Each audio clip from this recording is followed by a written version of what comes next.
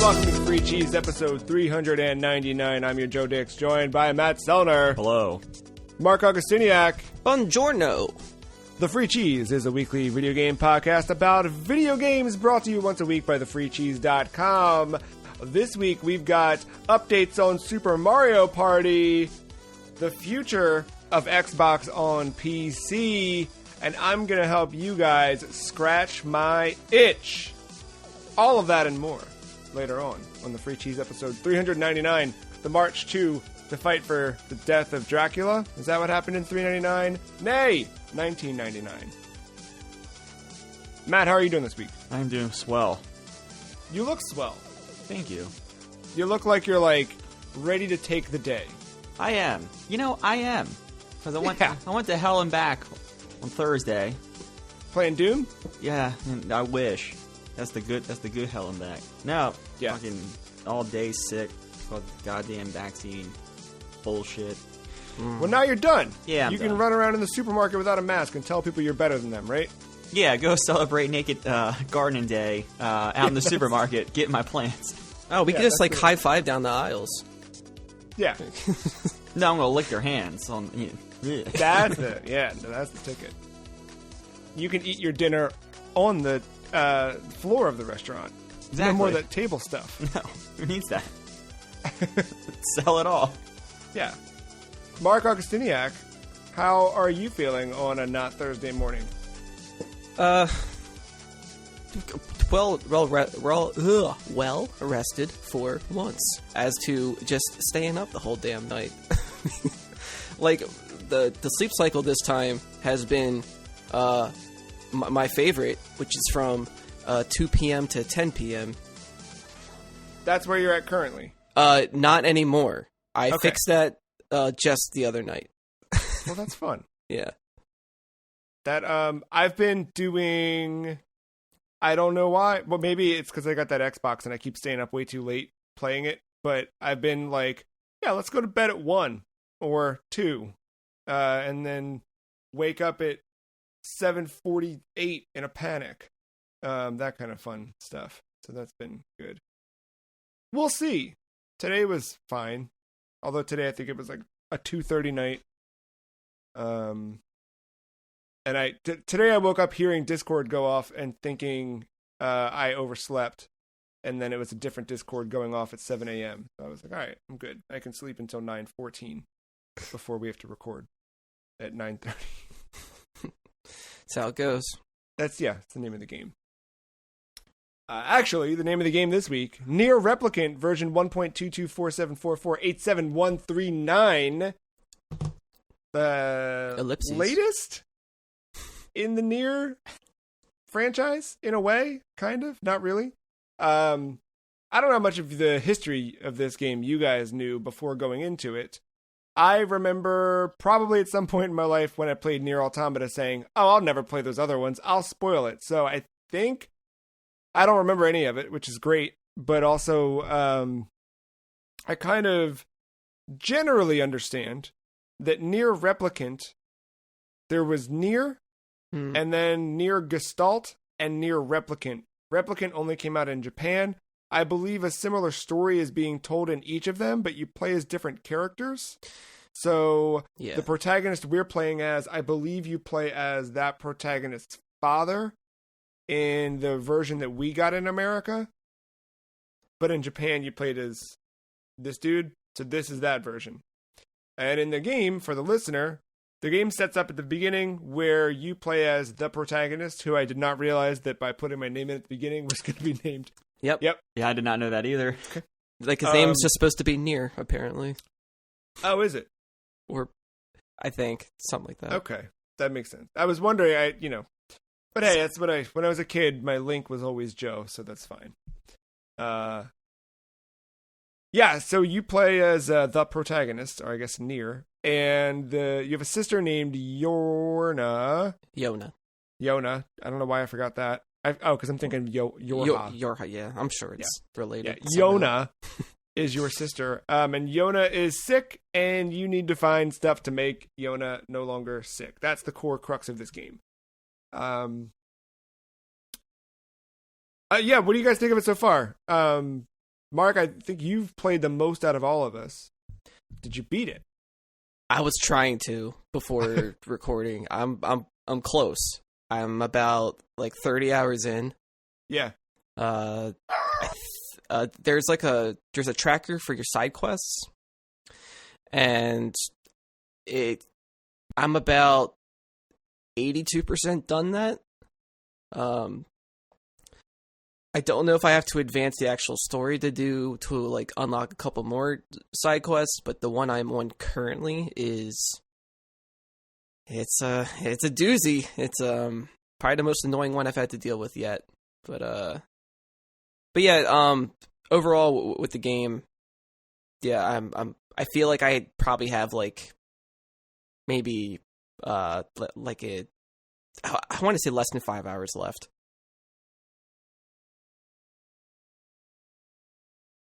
Yeah, the side quests are like, so the game itself, I guess that the overall, like what you're doing is you're like running. To me, it feels like a 3D Zelda game. It does have some similar vibes. And, it's open world, but, very guided open world. It's like, hey, you need to run to this point, and they mark it on the map and you run there. But along the way, there's side quests, and those vary between like, get 10 of these fish, to, can you go to this town and buy 3 of these items and bring it back to me? Can you find a chicken egg hidden in the village? Or my favorite, can you carry this fragile parcel somewhere without jumping or getting hit or dodging or whatever, because you'll break it? That one's not. Yeah, I haven't ran into those since. There's only like 3 of them, I think, in the beginning. Okay. Yeah, so. I've done 2 of them so far, and I was like, all right, well, they're not going to leave it at 2, but hopefully it's not too many. But yeah, Matt, what do you think so far? I'm not that far in. I would say I'm about an hour and a half. I like it. I haven't really gotten a lot of the side quests. I did get the parcel one, and after breaking it twice, I've given up on that. It's funny to hear you guys talk about the side quest, because this is the NieR game I was actually like have the time for and was prepared to do a lot of the side quest, and to hear they are all like that makes me not want to do them. So really, like it's like the first half of the game is it's a lot of them are tedious, the side quests, but there are some that are just like outright wacky or just unexpected, and you just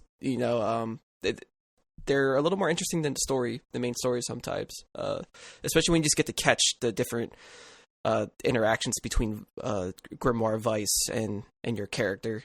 And I think that's the part, is like it builds the character relationships out, and you get to see a little bit more. And yeah, there are some where like even something as simple. Well, I'm not gonna say what, but yeah, there's already one where I was like, there's some twist to some of them. Yeah, there's some where you get there and like you're like, oh right, Yoko Taro wrote this game. I forgot that's what we're doing here. I really like. I was kind of worried about the combat, right? Because it's not developed by Platinum, and I didn't know how this is obviously an 11-year-old game originally. So how does that translate into 2021? And I think the development team at Toy Bits, is that the name of the developer? I think so. That sounds right. I think they did a great job at, I don't know what the original combat looked like or felt like, but at least updating that to get close to, what we expected of NieR. It's not quite as fluid as that, I don't think. But as you're getting abilities and moving through the world, like you kind of feel like I felt playing Automata. Yeah, I love the combat. I didn't realize I was playing this game. I'm playing on PC, but like I didn't realize I was playing this game at a faster than normal speed. Tell me a little bit more about that, Jay Garrick. For 10 hours, I didn't realize I was playing at like 80 to 90 frames the whole time. But I was kind of enjoying it. I was liking how fast everything was. And then I had to go into my NVIDIA settings and cap it at 60. And at first it felt like, I feel like kind of a slug, but it's fine. It's still fine. I'm used to it now. it's important to explain the 80 to 90 frames is that typically that's fine, just the frame rate is fine, but the game clock like the game speed is mapped to the frame rate, so anything above 60 it does like you're playing the game in like 1.25x. So that's why it's important to cap your 60 frames on PC. Yeah, because Mark had said at some point, like, oh, I really like how fast the dude is and how fast combat feels. And I was like, yeah, he's pretty quick. Like, I wasn't disagreeing with you, but I was like, I didn't really recognize it as that fast. But now that makes it a little more sense. I understand now. But, no, I mean, I still enjoy it. I still, like, I find myself rolling everywhere instead of sprinting. Do I have a roll yet? You should. That's early. It's just right trigger. Yeah. It's your evade. Oh, yeah, that one. Evade. I don't know why I think of that more as a thrust.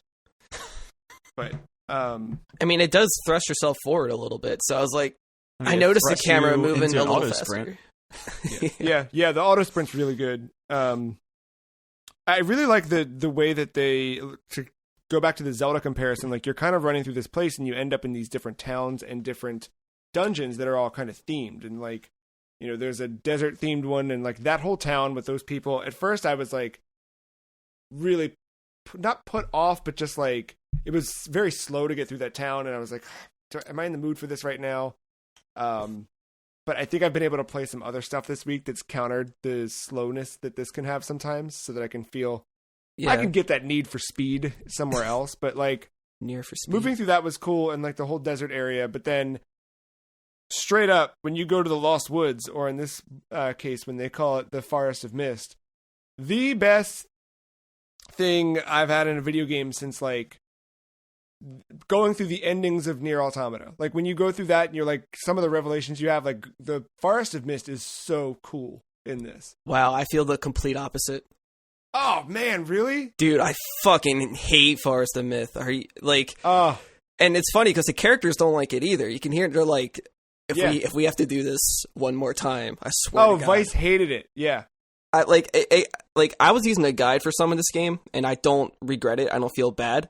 Especially for side quest stuff, because I just didn't want to like how you supposed to know how to find certain things? Like, there's nobody tells you shit. Oh, I finally found that. I mean, here's the thing: like the egg quest. Somebody tells you, a little girl tells you that an egg hides in shadows, and then a guy tells you that an egg is hidden by water or something like that. And then Vice says like, perhaps we should check by the fountain by the library. And I'm like running all around, and I'm like, there's no fountain by the library. I'm like, wait, this fountain? And then I'm running around, I'm trying to jump. It took forever. It took me like the entire week of playing it before I was like, oh wait, what's that arrow? I found the thing. So yeah, no. But what does the guy do for Forest of Mist? I pretty much just like I just spammed A because I was reading it, and then I stopped reading it, and then it would just give me like, I just try to find the right choices to pick whenever it stopped you at like a multiple choice thing. Yeah. And I was like, all right, cool, whatever. Done. Man. Oh man, I loved it so much. I'm going to be the tiebreaker here. No, I don't want to say anything too much about it for listeners or Matt who haven't seen it yet. But like, I just did that, and I like, at first I was like, I did have like a little bit of reservation. And then like the further I went into it, and I just kind of embraced it, I was like, this is so cool. This is the coolest thing ever. Well, I will say there is a part where there's a part about it that I did not treat poorly. I actually did like go through and read it, and there's one story in particular that I do enjoy, but I can't explain it right now. Was it the city one or the other one? I don't think you've ran into it yet. Okay. But that one I thought was really cool. So that one I did respect at least. Okay. But yeah, like with this game, it's like people have to realize that this is a remake, basically, of a PS3 game. Yeah, and that's how I like entered it, and so like it has those blemishes of like a standard action RPG, you know, where it's like the towns are like fine, but there's a little bit of genericness to it all. There's like a little bit of like plainness all around, but it's okay. Like it doesn't take away from the experience, in my opinion. Like I think everything is placed, for the most part. I think a lot of things are placed in the right spots. if you're trying to be a completionist like me, I think it starts to overstay its welcome towards the end, which is, I think it's good that this game is paced out the way that it is. Yeah. So I could see some people being checked out with like the first half of the game and not wanting to go further if they're not used to like, or not knowing what kind of game they're getting themselves into. But I watched old videos of like how this used to look and play versus what it does now. Holy crap. Like, I probably would have checked out back then, for sure. Yeah, you can definitely see that this was a PS3 game of that era, of that ilk. But like, like the character designs, the combat was also like more stiff. The voice lines are all redone. They got most of the same cast to come back, and they just redid everything, and it just sounds better. Like I was comparing voice lines for certain scenes and just listening to the different like cadences and whatnot. And it's like, I didn't listen to it yet, but there's a new 8-4 Play podcast that came out this past Friday. And I know they're going to talk about the game, and I know they worked on the game this time around. I don't think they worked on the first time. But they did Automata, localized in English, and then they did this one as well. So, yeah, that too. I mean, the audio in this game, like, voiceovers are, like, they really bring a lot of character to each character. And they fit really well. Like, they fit the NieR, like, aesthetic that I've come to know through Automata. But I think also, like, music is so good, dude. Like, I was going to say that next. I love the soundtrack. Just running through like that main theme in the your first village that I think it's Devil is like singing along with by the fountain initially. I've had that stuck in my head all week long. Like, it's just such a good. I love how dynamic it all is too. Like you can go to a certain part of an area and you can hear vocals or another instrument come in, or like when it's or like if it's going to like a battle or something serious. Like, I love it. It just comes in so seamlessly, and everything just feels organic with it. I can't stop like thinking about it. Yeah, no, it's the same. Like when you go from that main town into the library to talk to Popola, and like it still stays. It's there, like in its own like toy music box way. And I remember I was texting you about the fishing. Yeah. So now like the fishing shit goes deep. No pun intended. But I figured it would because Yoko Taro loves a fishing game, but I still suck at it. Trust me, just stick through it. It will pay off. All right. Yeah. That's NieR Replicant. Matt, did you have anything else on NieR Replicant version 1.22474487139? Not too much more. I know when a game's like atmosphere and stuff like that is good when I can get Victoria on the couch watching me play organically, and that just happened. She just, instead of Animal Crossing, she was just sitting there watching me for a good bit of time last night.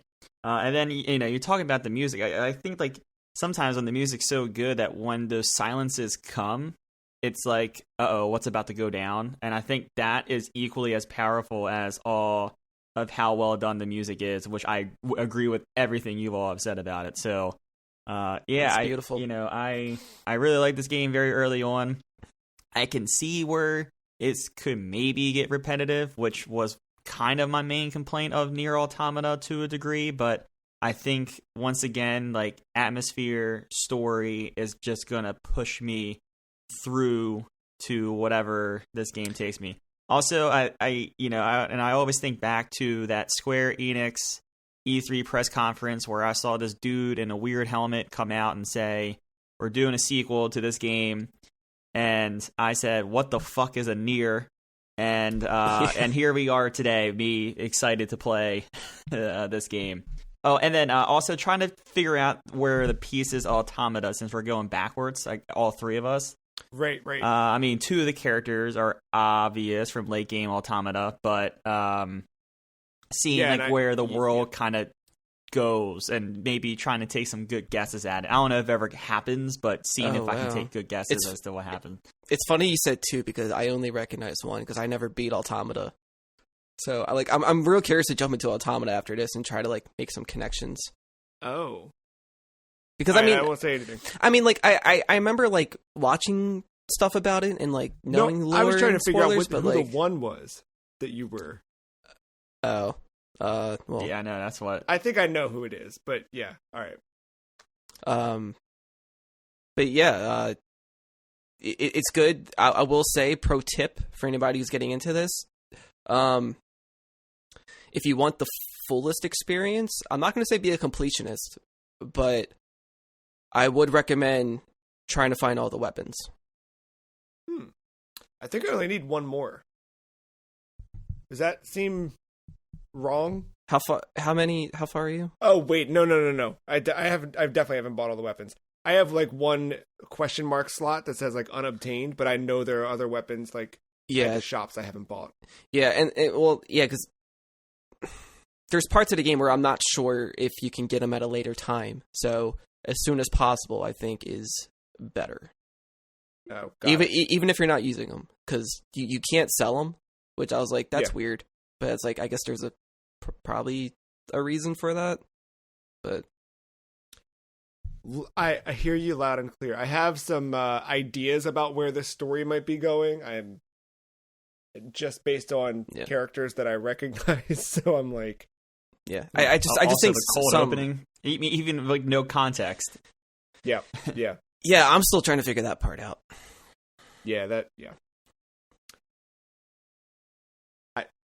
NieR Replicant.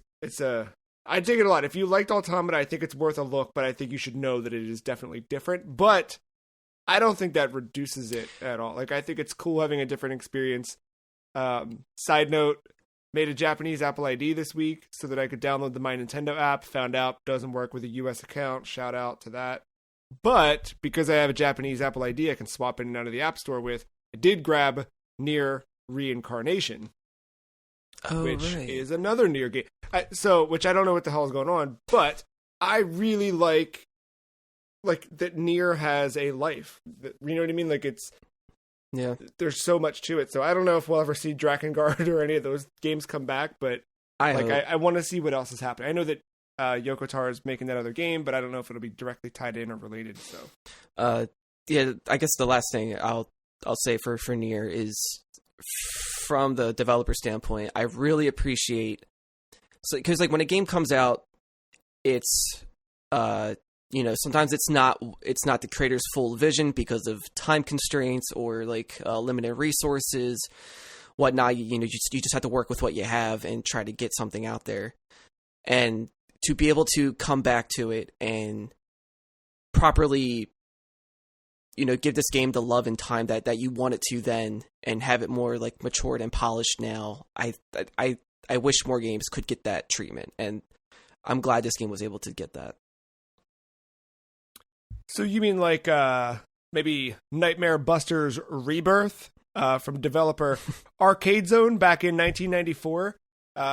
Originally developed Nightmare Busters, but the game was never released, and now Nightmare Busters Rebirth is redoing the graphics, UI, and soundtrack, adding hand-drawn animation and updated level design. There's also a new 2-player mode. They have a speedrun mode, an ultimate, and museum modes.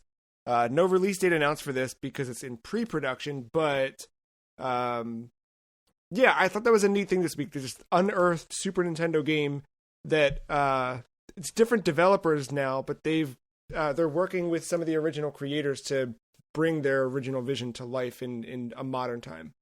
Yeah, I looked this up because I was like, I never heard of this game, and I was like, what the like are you're so and then it led me to this IGN video from way back, and they were playing this like the original version. They were doing like a co-op thing, and I was like, you're 2 leprechauns and you're throwing cards at enemies.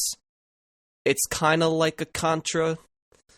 But it's just very like the way the art is. It's like very like fantasy look. I don't know how to describe it. The it's Irish like version of Contra. Yeah, you're a purple leprechaun and green leprechaun, and cool. Like, sure, I'm all for it. Like, it's just based off the movie with Jennifer Aniston. Oh man, what a gem that was! She's a secret boss. Yeah. What other cancel games or games like in a NieR would you want to see reborn for the modern era? Canceled. Oh, that's first thing that came to mind. That's Star Wars 1414. Was it 1313? Something like that. Yeah. That one. Yeah. That sounded cool. How would you modernize that? I guess fast load times and make you be able to go anywhere. Yeah, I guess. I don't remember the whole premise. I just remember at the time it sounded cool. I think you're a bounty hunter. Doing bounty hunting things. Isn't 1313 like the level where all the scum stuff happens? So Something you're running around like that, yeah. Like, dude, you could have did a Hitman with that game. That's how you modernize it. I'm curious on does like an earlier version of a game count? Yeah, I think so. Like how I want that dark gritty Kid Icarus reboot for Wii. Oh yeah, dude. Everything's just super edgy. We never looking. got that or got it on Wii U or like that would have been a cool. Well, if we would have got on Wii U, but got to get on Switch, so don't worry. That's very true. Very true. Yeah.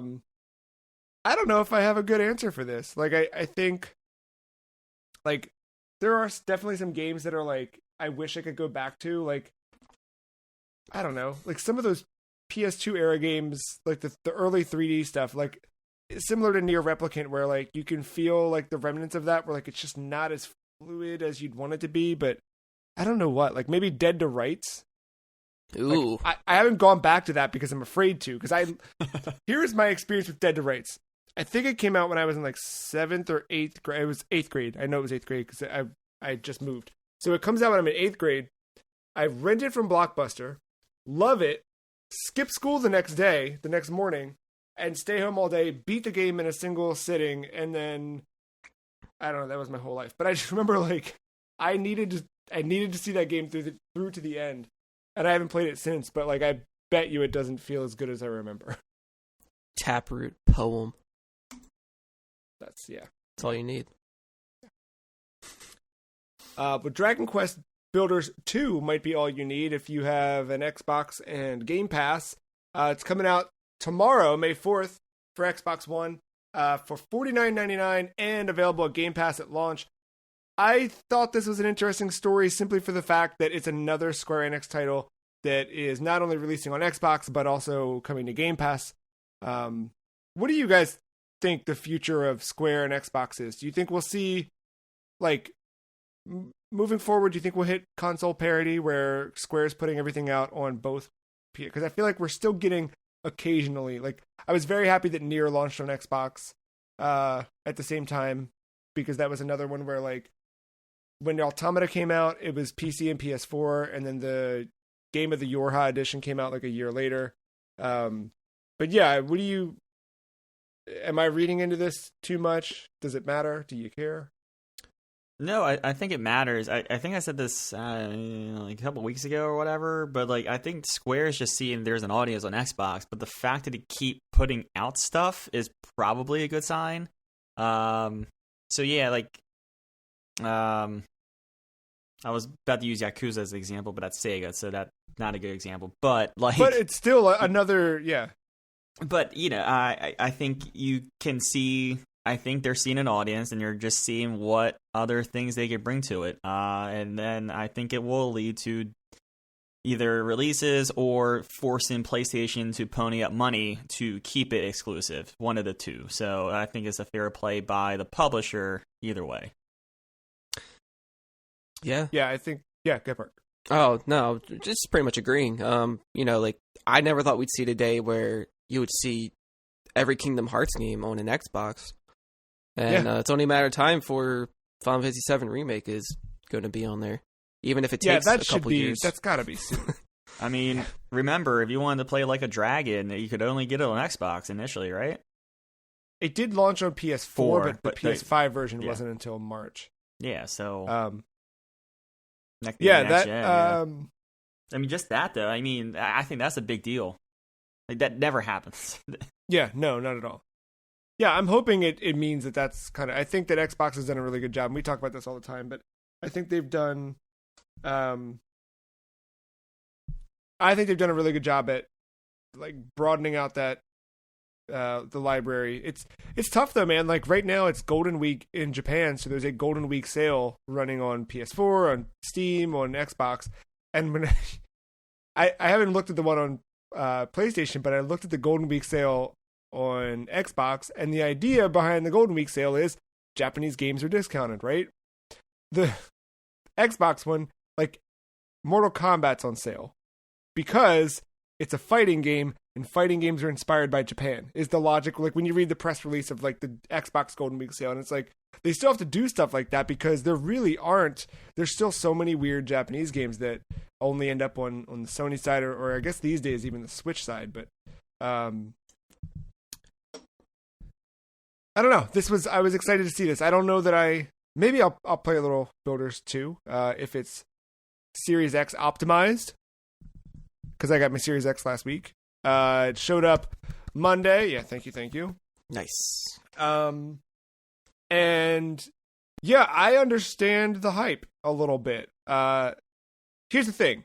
I think that putting out the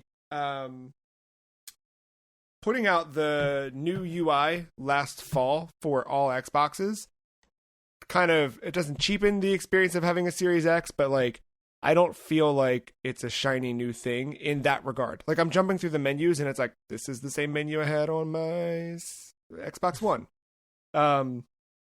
What does feel next gen is the quick resume and the controller. So quick resume, for listeners who forgot about that marketing buzzword, I got to see it in real time this week a few times. Not every game supports it that I've found, but essentially, like, I think like Tuesday, I played Injustice 2. From Tuesday, after playing Injustice 2, and then Wednesday, and then Thursday, I had played all these other things. And then at some point Thursday night, I was like, oh, I'm going to jump back into that. And I did. And it picked up from the multiplayer, or the single player, single fight, choose a character screen. Like, literally right where I left off. It picked up. And I had jumped into other apps and done all this stuff. Like, it's crazy that it retained that. And when I say, like, quick, I mean, like, I clicked launch the game, it boots up to like the main like whatever window, and then a little thing pops up in the top right corner that says quick resume, and then I'm back in. Like it's just super fast. So I went through and I did at first I did not realize that the Xbox wasn't outputting at 120 hertz and it was only at 60. So I was playing some games and I was like, these look good and they run well, but I feel like they're not like that drastically different. And I just chalk that up to we're not there yet, right? Like when Infinite comes out, that'll be the one, right? Like that'll be the big Xbox game that shows this off. But I was like, we're not there. Then I realized I needed to change some settings, did that, and then I'm like, oh, okay, now I can run Tony Hawk at 120 frames a second. Got it. Now I get it. Now I understand. So I did that, and I was really curious to try out the FPS boost mode, which we talked about a couple weeks back. But certain games support it. I think it's a short list of like 16 games right now that support FPS boost. The most recent batch of them were a chunk of EA games, a couple of the Battlefields, both Titanfalls, and Mirror's Edge Catalyst. And I jumped into Titanfall 2 at 120, and like, dude, it's. I always liked that game and thought it was fast, but again, to counter like kind of the slowness of NieR that it can have at times, like running through something like Titanfall at 120, just super cool. And that controller itself, like Mark, you were talking about it, how you just got one recently, and like it's slightly smaller than the Xbox One controller. It fits a little bit better. I think the D-pad is super good. It's been really fun for Mortal Kombat 11 and Injustice. But the triggers, man, like they feel great with the little carbon whatever, and then running through a game like Titanfall, like just it feels very, very good. That or Forza, playing that like super optimized, but also like with the new controller, a lot of fun. So yeah, I'm like running the game. I'm happy to have it, but I'm still kind of waiting on that big game, which I think is going to be Village, right? Like I think Village should do a pretty good job at showing off next gen stuff. Yeah, I was really concerned. Like if I did not get the Series X when I did, I was probably going to get Village, but I was not looking forward to it because I would have been playing at 900p or whatever the heck. So I'm excited. This is a cool thing. Now we just got to see what the future is. Yeah. No, you say about the UI and how like they dumped it early to all the Xboxes before the Series stuff came out, but I mean I can tell you 7 months later that I don't know my way around that PlayStation 5 UI yet. I'm like completely like broken cause of how new it is compared to PS4. That at first it was just like I just gotta get used to it, and now I'm just like I really wish you would like hold in the home button turns off the PS5 because that is frustrating that is not the case. How do you turn off the PS5? You have to press the PlayStation button once. It brings up that little boop, that little dock at the bottom, and you have to scroll all the way over to power. Yeah, but like I can't tell you, it's not even a matter of getting used to that and like how clumsy it is. My mind is still broken to holding it in, and so At first, I kind of agree where I thought it not cheapen, but it didn't make it feel next gen. I'm actually very glad months having these consoles that actually stayed the same. That's fair. Yeah, that's a good point I didn't think about. But I will say the one good side of it is like I do know the difference now, so I know how sluggish it was on the Xbox One, and here it's like zipping around. It's crazy how quickly the store loads and jumps between things. I still have some weird hangups with the store where like it freezes or like I open the store and it's just blank. I have to like hard quit it, but that's just PC gaming in the form of an Xbox. I have a question about both consoles. Achievements. Yeah. Trophies. I think I'm pretty sure Xbox they didn't really change it, right? Like when you get an achievement, it will tell you what it is on the screen while you're playing. I noticed when I was watching my friend play on her PS5, it just says you got a trophy. It doesn't say like what it is. Is there is that an option to like have it like be non-descriptive and then you just have to like look into it later to see what you got? Or is it just always like that No, I don't. It's always PlayStation's always just giving you the name of the trophy, and then you have to open it for the description.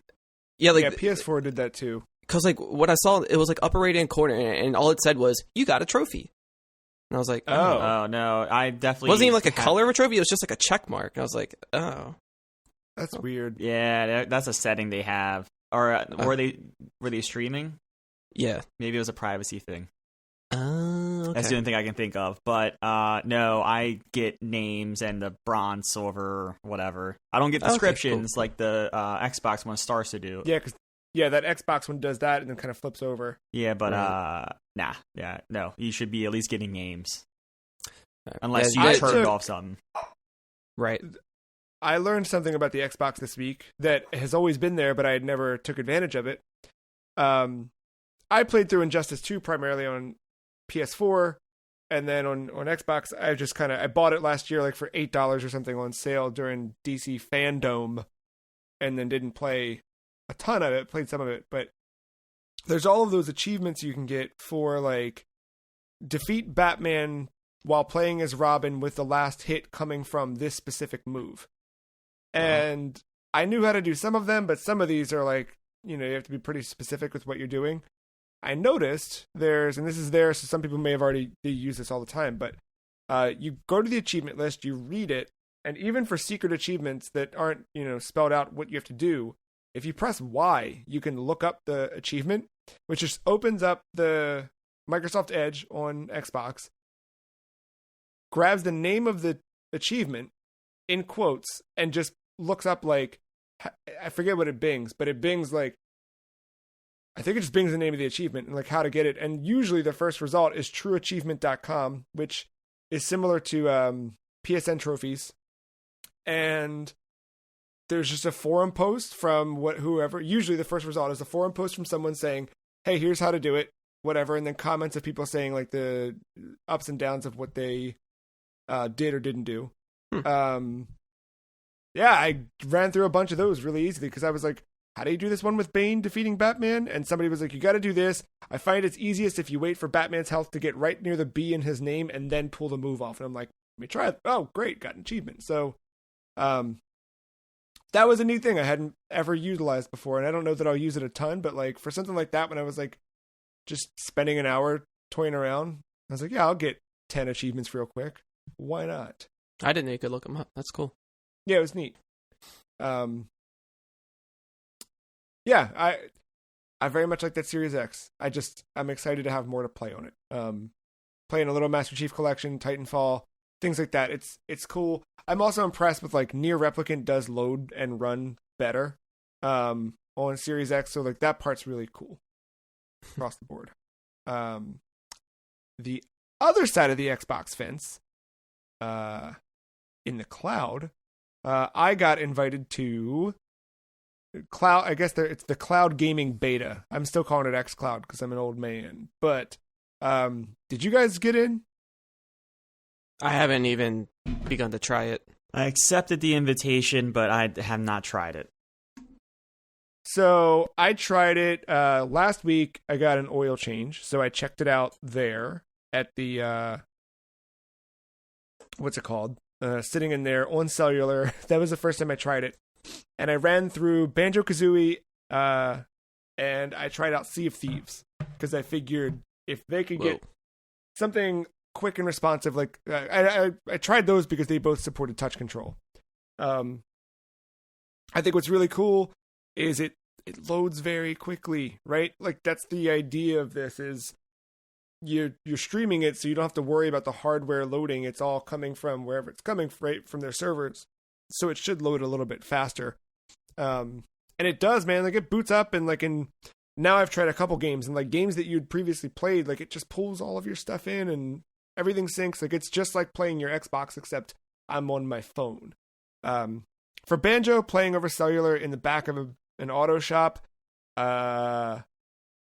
it was a little rough moving around, but this is still beta also. So, they're actively asking for feedback. Every time you stop playing a game, they're like, how was it? Good or bad? And then you can go into detail about why and what specifics and all that. With Banjo, like I noticed, I'd kind of run and it would stutter a little bit before it would pick up. With Sea of Thieves, it was really rough. Like it was cool because I'm looking at it and I got no screen tear. Like I was expecting a lot of checkerboarding and things like that. None of that. It was mostly just like I'd push, nothing would happen, the screen would freeze, and then I'd be 17 steps ahead. Again, over cellular, on a phone, in a mechanic shop. I came home, and I've tried it a couple times since at home, both on the phone with touch controls, and then actually on iPad with a Bluetooth controller paired. And I'm an idiot, so I'm only playing the games that are gonna that I shouldn't. That probably aren't great for streaming. But I played Forza Horizon 4. That one was tough because it like by the time I don't know if it's Bluetooth delay or the stream delay or a combination of both, but like you would turn left and you not see the car turn left, and then it all of a sudden is going way left, and then you try to overcorrect. So I'm just fishtailing all over the place. But, so I played that for a few minutes, and then I was surprised in Justice 2, because I'd just been playing so much of it on Series X. I was like, let me jump in on xCloud and see how this works there. And, like, it still looks really great, right? Like, it graphics quality super, super high and on par. And even input, like, I was not going to go online and fight anybody. Like, that seems like a dumb idea, but I did a local match, and I did one of the other like character challenges where you had to defeat an enemy as Aquaman with the final hit coming from his final smash, and that like it worked. I was able to beat. You know what I mean? It was like it did it. It wasn't as smooth or as pretty, but like as they keep working on this, like I'm super excited about the prospect of this. For really just the main like the big thing for me was like last night. We were going to watch a movie, so we put a movie on, and I was like, well, I still kind of want to play something. So I was just toying around with xCloud stuff.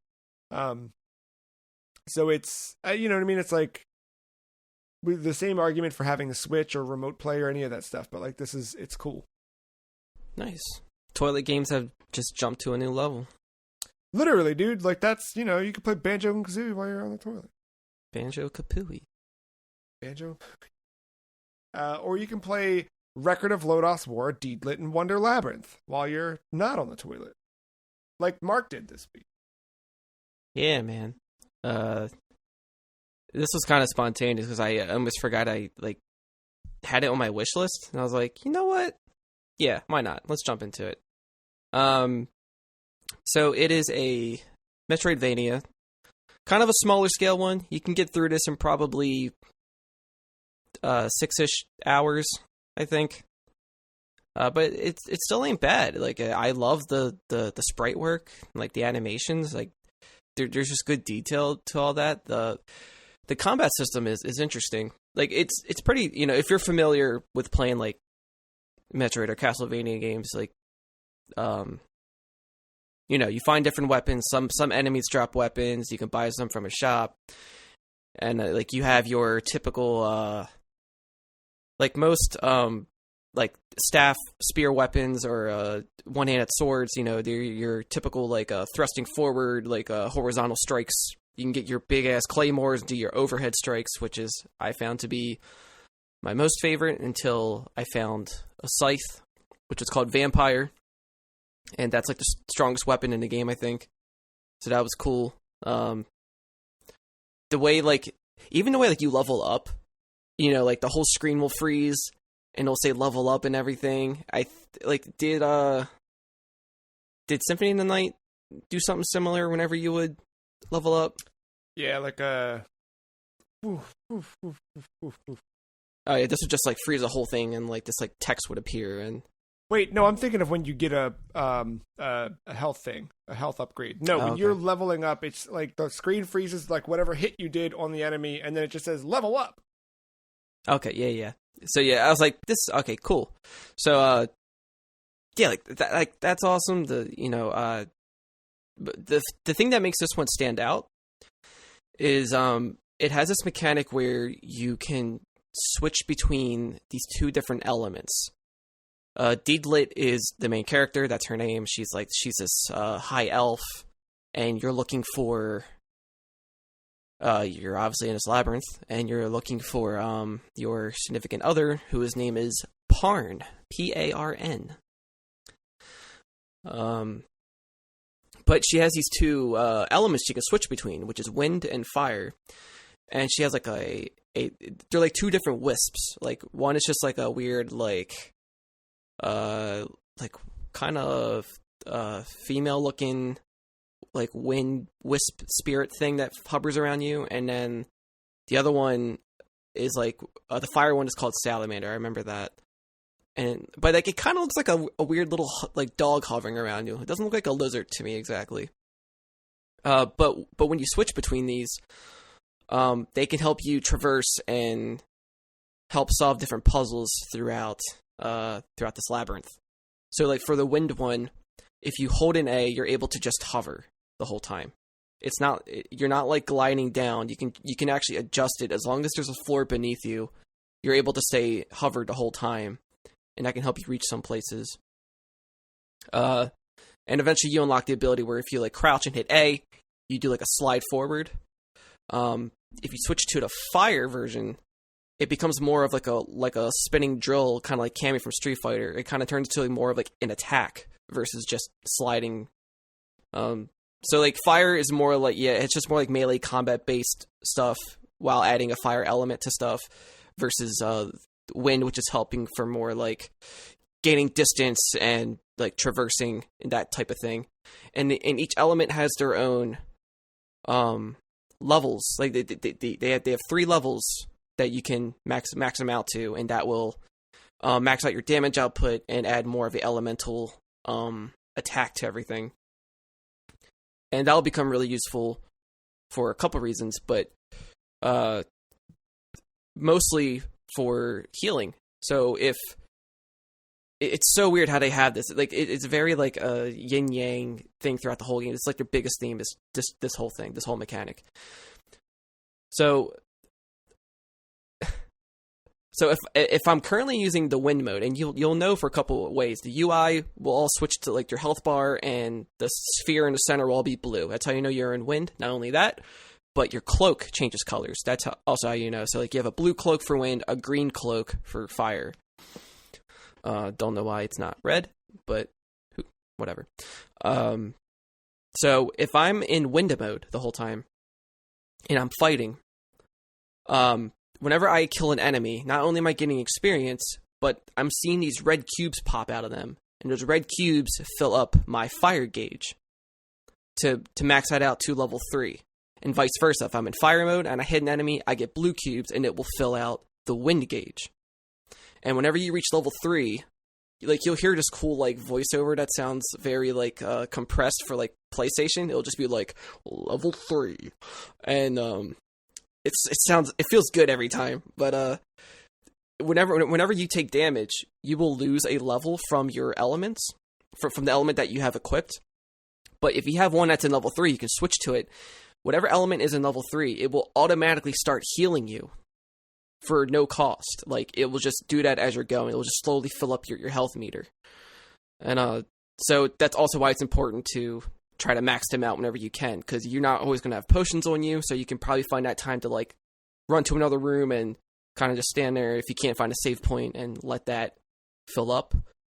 And sometimes I like that it has so much like complication to the systems. Like there's a lot of stuff it sounds like going on between like these things complement your combat, but they also help with healing, and they're not a permanent upgrade. Like you're always kind of keeping an eye on them. Like I like having that to manage on, especially in a Metroidvania. There's like, it's kind of rote, right? Like you're like, I know I got to go here. Oh, I hit a gate. Okay, I need to go back somewhere and find whatever, and then come back to this. And like to have something else to do along the way, I think is a neat twist on Metroidvania stuff. Because typically they are like, even the best, right? Like they're always going to be, go here, find a weapon, get the weapon. What, you know what I mean? Like it's still kind of whatever. Or if it is a new ability, like in a Hollow Knight, you kind of get the ability, and then that ability unlocks where you're going next. Where these sound like, you know, it's something to manage the whole time. And like this one's more so about finding the abilities and letting that traverse, because you find more skills as you go. Like you get the double jump, but eventually you can get an upgrade for your wind and fire to give you like a boost with your second jump, so you can go like even higher. But as you're doing that, you have like a ring around you from the animation of doing a twirl, because she does a twirl as she's going completely upward, and that can hit enemies too. So you're not, as long as it's not like spikes or a blade, you're not taking damage, I think, when jumping up towards something. Maybe more so with fire. I'm not so sure with wind, but wind also will do damage. And the other cool thing, the enemies in this game, not only are they just cool to fight and whatever, except for the basilisk. I do not like those until you have to grind a little bit to deal with them more properly. But that's like basically the end game. There's only like maybe 5 of them. But when fighting stuff, it'll tell you what you're fighting. Like a name will pop up in the corner as soon as you hit them, and beneath that you will see what their strengths and weaknesses are. Like, because not only do you have the wind and fire that you can switch between, but you have different skills that you can use, like different magic attacks. But you have to, and that's assigned to like whatever button you assign it to. But the magic skills you have to, you have to like switch between, like you have to hold in the button and like a scroll will pop up and you have to like scroll to the next one if you want to use that one. You just can't use them like all at once willy-nilly. You always have to assign it and then use it. But they have like a dice mechanic throughout this whole thing. Like each stage is numbered by, the die, and but the strength and weakness thing, it's like 1, 2, and 3 will be blue, and those are what elements you use to defeat them quicker. Versus 4, 5, and 6. Well, 4 and 5 will be in red. 6 will also be in red, but 6 is like, I'm just not. This just doesn't affect me. Sorry. Good luck. But 4 and 5, you still have a chance to kill them. It'll just take longer. So it will always tell you in the bottom corner, whatever they're weak and strong against. So that will also just kind of make you think, because there's some bosses where it's like, oh, here's this lizard man who's about to shoot me with some fireballs, but there's also this mummy and the scorpion. The mummy and scorpion are weak to fire, but this lizard man is not. this thing is strong with wind. So as I'm fighting, I have to switch between my elements on the fly, between fire and wind, defeating all three of these enemies in the same room so I can survive. And even with the boss fights and shit like that, if you don't kill them fast enough, they'll get their moves on you. And those moves can last a bit. Like the Lizard Man will just blast you with constant fireballs, and it feels like it never ends. Or the Mummy will summon a coffin, and a coffin will open up, and like just all these little tornadoes will just start like shooting out of it. And the cool thing about this also goes with the fire wind mechanic. With attacks and throughout the levels, there will be these lines of just those fire or wind elements. They kind of just look like little like spiraling tornadoes from floor to ceiling. And in order to get through them, you have to switch to that element, because if you're in the element, it doesn't hurt you. It actually fills your magic gauge back up whenever you go through them. So like if there's an area where it's like you have to jump between rocks because there's lava beneath you, switch to fire element, you'll walk into lava, it doesn't even hurt you. So that's another thing. So when you're getting attacked, you kind of have to think like Ikaruga or something like that, where it's like you have to switch to that Guacamelee did that a lot too with the light and dark stuff, where you're like, yeah. So like you have to switch to that element to absorb it, and that just adds another layer to some of these fights and boss fights and stuff. And they're pretty forgiving with the boss fights. Like if you fail or if you die somewhere, the save points, they're pretty good throughout. There's also quick travel between certain areas. But yeah, I had a pretty good time with that game. I like it. Probably could have been a little bit longer. It would have been okay. But I'm fine with where it's at and what it is. I hope they do more with it. Yeah, I when you first told me about that a couple weeks back when it launched, I looked at it and I was like, oh, I hope they're bringing that to something else. Like I will play it on Steam when the time's right, but it's such a hassle for me to do that right now. Yeah. But yeah, if they bring that out, I want to play that. But yeah, that mechanic was really good. I think that's like its strongest point. Yeah. Real quick, news story. Yoshinori Ono has joined Delightworks after announcing last year that he was leaving Capcom.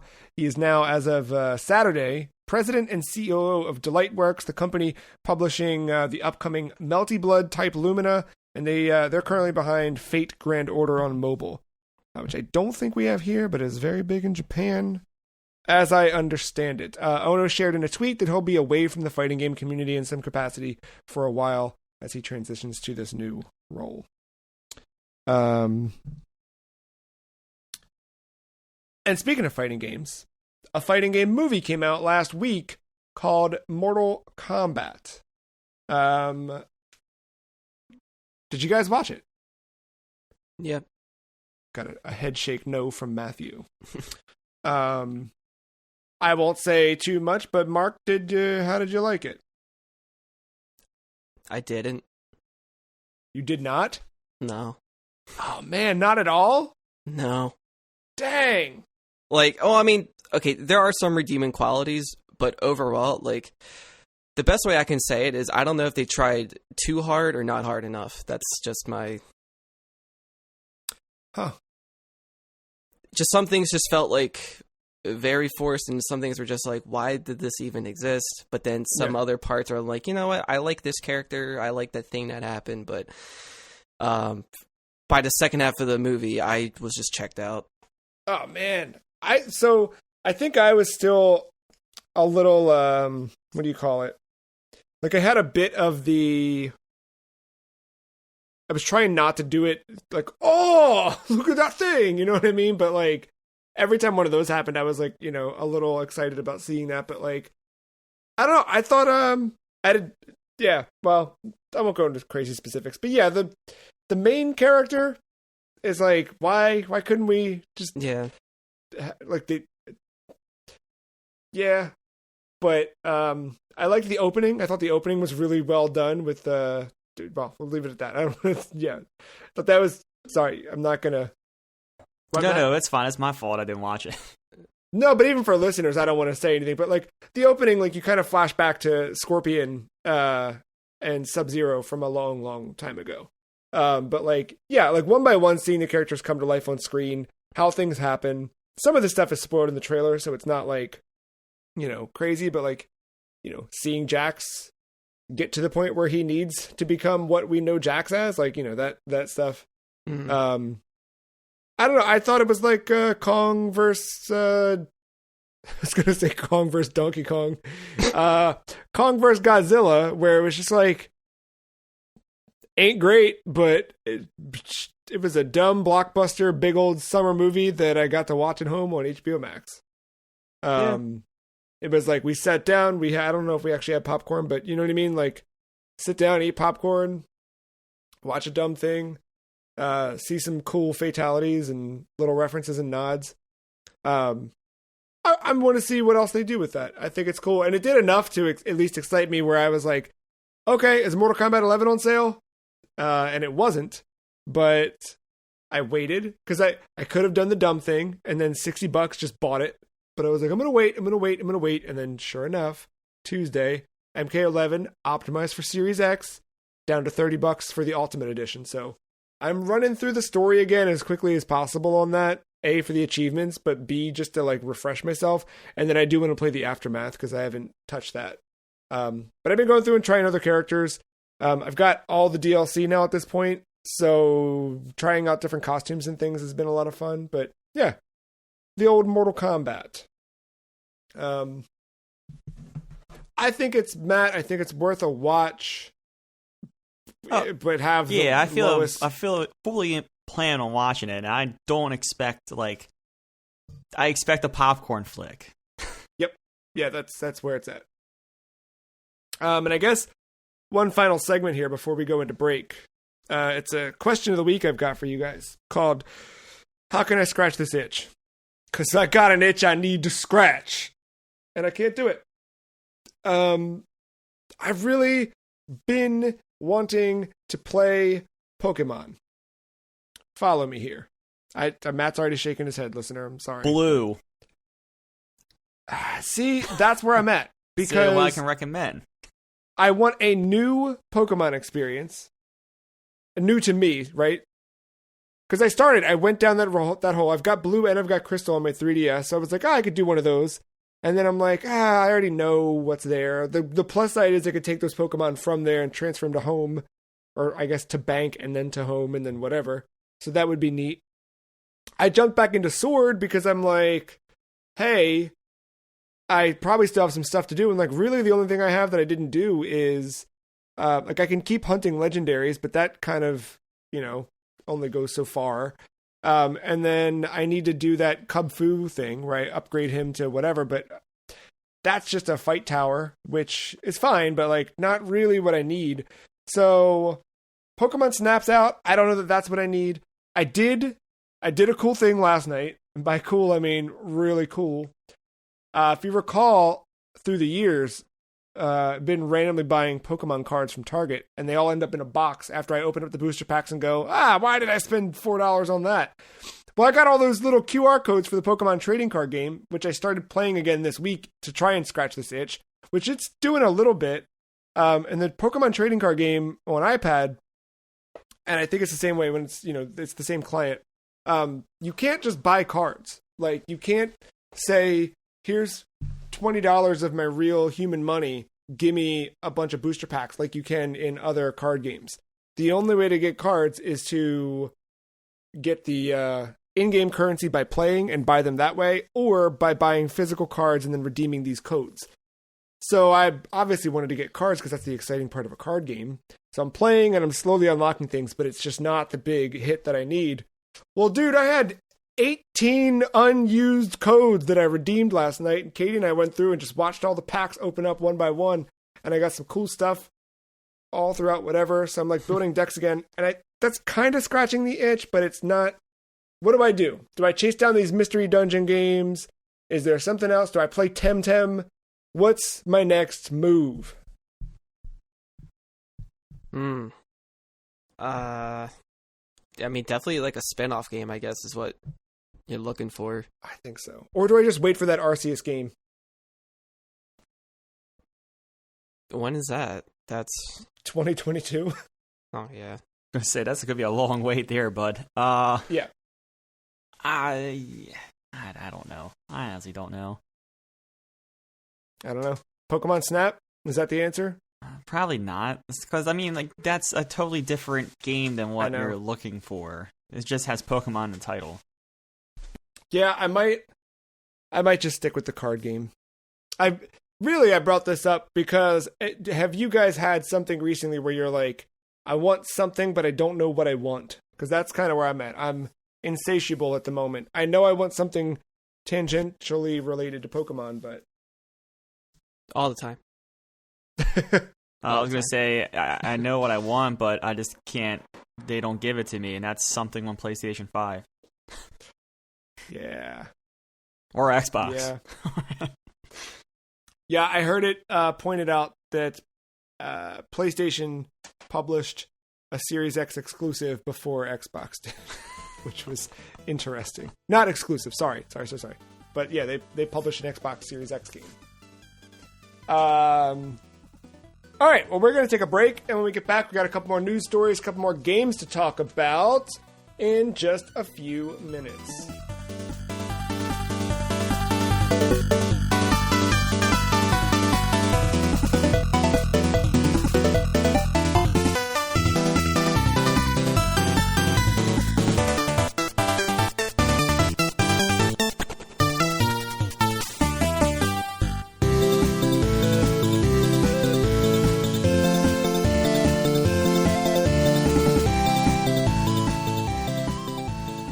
Monolith Soft has announced a, quote, large expansion of staff at its Kyoto studio, bringing its total of job openings to 40 open job listings, 5 specific to the Legend of Zelda series, while the rest are not assigned to a specific project.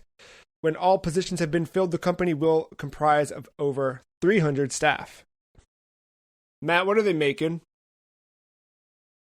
Probably your number 3 to Xenoblade. You think it's a Xenoblade Chronicles 3? You think it's another like Chronicles X spin-off style thing? I don't know the ordering of that stuff, so whatever makes sense in all that is a Xenoblade thing. Well, they're all the Xenoblade Chronicles 1 and 2. Think of them like Final Fantasy 1 and 2 or Final Fantasy 7 and 8. Totally different characters, totally different story. They just share a, Oh, I was just saying, like, I don't know. They have a cadence for doing like a Chronicles game, and then like another type of Xenoblade game, and then back to Like, I don't know how they do that, but whatever one is due. I don't know, man, because what they did was made the first one, made X on Wii U, then remade the first one on 3DS, then remade the first one on Switch. I guess they put out the second one and then remade the first one on Switch. So we're due for a remake, I think. I don't know. But I wouldn't be surprised if it wasn't something Xenoblade Chronicles related, given the fact that the thing that always sticks with me is when Masahiro Sakurai said he does not put characters in Smash who do not have a future title. And that's probably not the case anymore with some of the characters we've received, but it was when asked about Ice Climbers. This was a long time ago. I remember this quote. Yeah. It was just the idea of like, we want to focus on characters who obviously make sense for the game, but also like that there's still, future planned for these characters or whatever. And with Ice Climbers, it was like, there's no future for the Ice Climbers except for in Smash. And also at the time they were very difficult to get working on 3DS, so they got cut. But that whole ordeal. Yeah. But I look at Xenoblade characters being added to Smash recently as like, well, they clearly want to do something with it, just like they're going to do a new Castlevania game and definitely going to do a new Banjo game any day now. So Akko in some year will get that prediction right. Bayonetta funny. 3 might exist. What, Banjo 3? No, Bayonetta 3 might exist. I don't know. No. Come on, don't be a fool. No, Akko was the first one I texted when I tried out that Banjo xCloud thing last week. Like, here we are, man. The future is now. Mark, what are they making? Different Nintendo IP? Are they making more Zelda games without? I feel probably another Nintendo IP. They're probably gonna. I wouldn't be surprised if they were called in to help with Metroid. I'd be okay with that. if they built a third-person Metroid action, all right, I'm getting stupid here. Didn't they kind of? I'm excited. When do you think we see the first fruits of this labor? In January, when they say that Metroid is being reworked again. Boy, man. Hey, we're only a month away from Electronic 3. I know. So we're weird. Getting real close. Speaking of which, Konami has backed out of Electronic 3 to continue working on several projects. PES, baby. Next iteration bizarre. of PES. And So that we'll Nintendo happens. game. Or whatever that was. Yeah. Yeah, we'll see what happens with Konami and E3. I know we all had some hopes, but or not at E3. We won't see them at E3, but we'll see what they're actually working on maybe later this year. But yeah, speaking of Monolith and speaking of second-party studios, Housemarque has been largely second-party for PlayStation for quite a while now, dating all the way back to Super Stardust and Dead Nation on the PlayStation 3. Dead Nation. I love that game. And they were there day one on PS4, and here they are, day 6 month of PS5 with Returnal. Matt, how's Returnal treating you? I think Housemarque has delivered another fine Housemarque game. In the 2.5 hours I've played of this, I like it a lot. Okay, the way you framed it made it seem like, hey, this is great, but lower your expectations. No. I like this a lot. It has some negatives attached to it, but I think when it comes to what Housemarque does best, gameplay, this is like phenomenal in terms of like the gunplay and the scenarios there. But yeah, I think it's best to kind of break this down into like 3 different ways. One is just to talk about the atmosphere, because I feel like the atmosphere and story are kind of like they're going in different directions almost in the way this game navigates them. The atmosphere, as far as like the regular like walking into places, the enemy types, the UI, I get like a very, probably the best way to describe it is like Alien 1, where it wants to be horror, but I don't consider Alien 1 like a horror movie. It's just a sci-fi with some horror elements in it. And that is what this game is, from like all the like the little first person sequences inside that house, to just like the environments, some of the guns. They've even said Xeno type weapons, using the actual Xeno phrasing in there. So yes, I think an Alien 1 vibe is the best way to describe any kind of horror elements, or just the way this game kind of like thematically fits into that. So I'm having no problems playing this. It's definitely like less scary than Prey. There's some creepy elements, but nothing that's going to prevent anyone from being too disturbed by that stuff from playing this. And then the story. So you're getting kind of, it's all fragmented. You're not supposed to know what's going on. I still don't know what's going on, but you're kind of getting pieces of the puzzle in 3 different ways. You're kind of learning about the biome you're on, and you're getting that from different objectives you're finding in the roguelike. Also, let me start with this. This is a roguelike. You will be returning to the same area in a different mapping time and time again. I have died 7 times. And you did not know this? No. It makes more sense. Yes, this is very roguelike. So, yes, when you die, you will restart. You may keep some of the gear that you've gotten through main objectives, but a lot of that stuff does not come with you. So, like your weapon that you had, gone. Some currency stays, some currency leaves. So you're going to have to kind of learn how to use the currency that goes away as quickly as possible, but also risk reward, because if you save some of it, you can get better stuff. So get the whole risk reward thing there, of course. There is one that transfers through lives. That is worth hanging on to, because it has some very beneficial things, that some of which I don't even know yet because I haven't gotten enough of it yet. But yeah, like any increase to your health bar, gone. Any like augments to your suit, gone. Any of the mutations that you had, like, gone. So yeah, roguelike. So besides the main objectives, once you check off a main objective, you don't have to worry about that in the biome. You just kind of go to like whatever your main objective is still the thing you were last on. And a lot of that stuff, I've been getting like a piece of the puzzle to navigate the biome, almost like a Metroidvania. So that kind of is giving you shortcuts in exploration, almost. So yeah. I'm going to leave that for there. I'm going to get back to the story, and then I'll get into what the exploration stuff looks like. So with the story, you're getting it all in bits, in like little weird cutscene sequences when you die.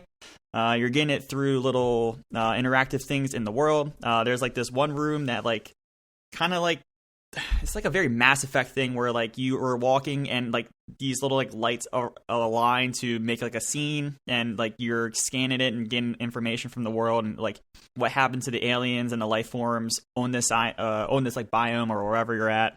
There are like these little glyphs that you have to find decryption things on walls, and you can gain information on the biome from there. You are finding audio logs from yourself that yourself does not realize they did. So, your former self is telling you about this world, and you're confusing the hell out of your current self because you pick up the game not knowing what the hell's going on, but then as you keep doing it, you are aligning with Celine, who is realizing that she is just stuck on this world. So, but she's confused as to why there's audio logs, because I did not leave them as a player, but they are definitely her because they're audio and it's very clearly her voice. She's also seen her body a couple times in the world, so there's some stuff there. We're slowly uncovering that.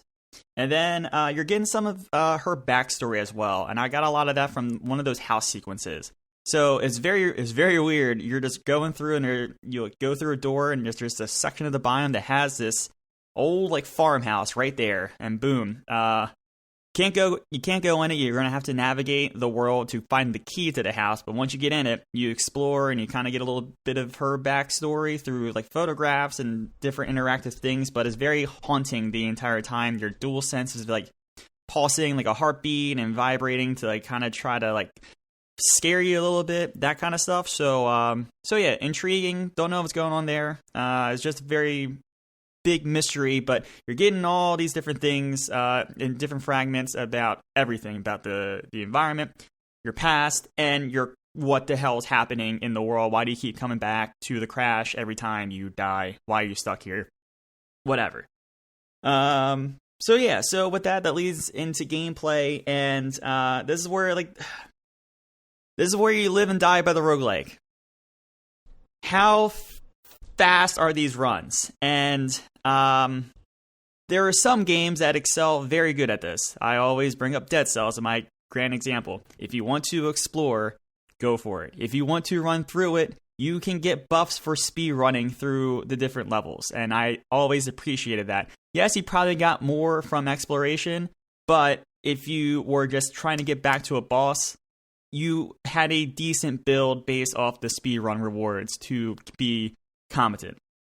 With this game mainly focusing on the main objectives and the things from the main, like the items you get from the main objective staying, I feel like you can't do the next main objective, which usually is some kind of bigger fight or a boss fight or something.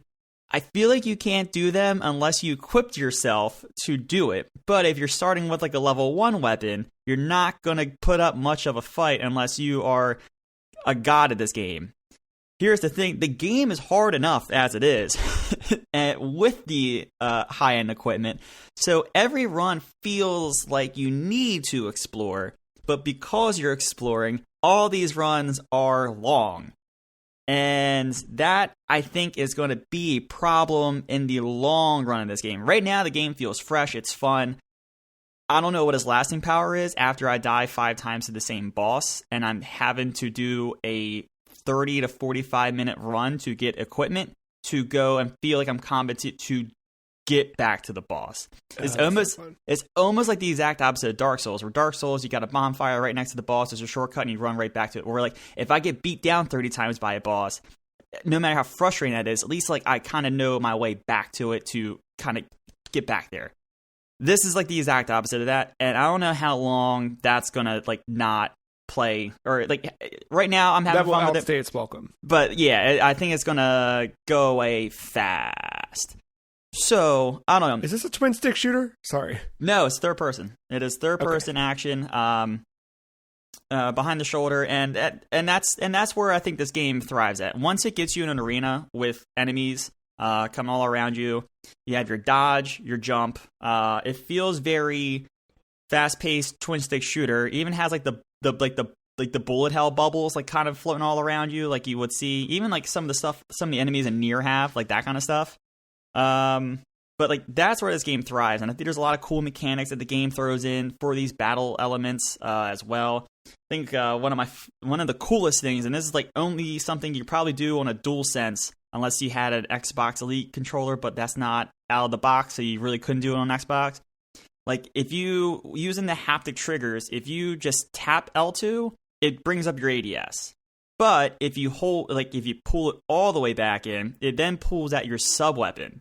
And I think that's just a smart way of mapping controls like that, especially in a game like this where at first I was ADSing just out of habit because of Call of Duty and stuff, but then I slowly have realized I don't really need to do that because this is more of like a Doom, don't slow down, don't just keep moving, evade, shoot, just run and gun pretty much. So I think the game doing that kind of taught me like, hey, don't ADS, just keep running and pull on that trigger. So yeah, I think there's a lot of potential. I think just that. I think there's a lot of potential in the controller, and I just like how that controller is being used, especially in this game. But yeah, like with this game, it makes a lot of sense for the L2. There's a really clever system. It's an adrenaline system, so it acts like a combo. So as you're shooting these enemies, this meter at the bottom is filling, and your adrenaline will eventually get to a new level. And with that, gets a boost, whether it's to your weapon. I think it's random, whether it's to your weapon, yourself, or to something else. But like your defense might go up, your speed might go up, your fire rate might go up. Something like that will go up. But as soon as you get hit, your adrenaline comes all the way back down. So I think it's a unique little combo system that kind of keep you evading first, almost like a Mega Man style, and then shooting second.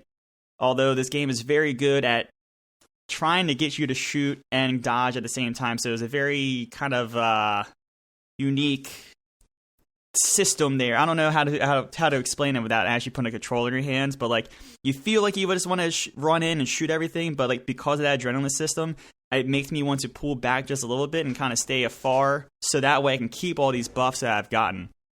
And then like there's these, and then enemies have these stamina meters as well. So a lot of games lately love their posture meters. It seems like some enemies in this game, I don't know if all of them do, I haven't figured out their weaknesses yet, but if you shoot someone at the right time, you can break their posture and they get stunned for a second, so that way you can have time to deliver like your heavy sub-weapon mod attack on them and deal heavy damage. So there's a system with that in this game now too. So that's a good thing to use on bigger enemies to stun them and maybe get away, or use it as a time to deliver a big blow if your sub-weapon is ready and available for you as well. So, yeah, I think all that stuff makes for the gunplay and all that, and the battling really fun and unique. And it really does feel like a Rezo gun, but just like behind the shoulder. Yeah, I think its worst enemy is going to be how they do these runs in the roguelike. I think at the end of the day, these runs are going to be too long. Now, like I said, I'm only 2.5 hours in, but I feel like I got a real good grasp of this game so far.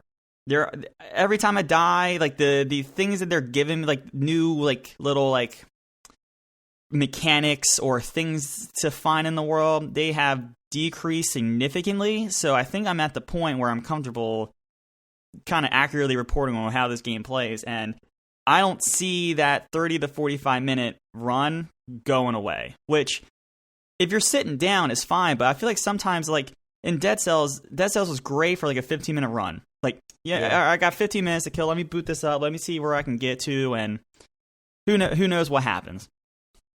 This is where the quick resume thing I wish existed on PlayStation 5, because if you turn off the game, it does not save your middle of the run. if you suspend the game, you're fine.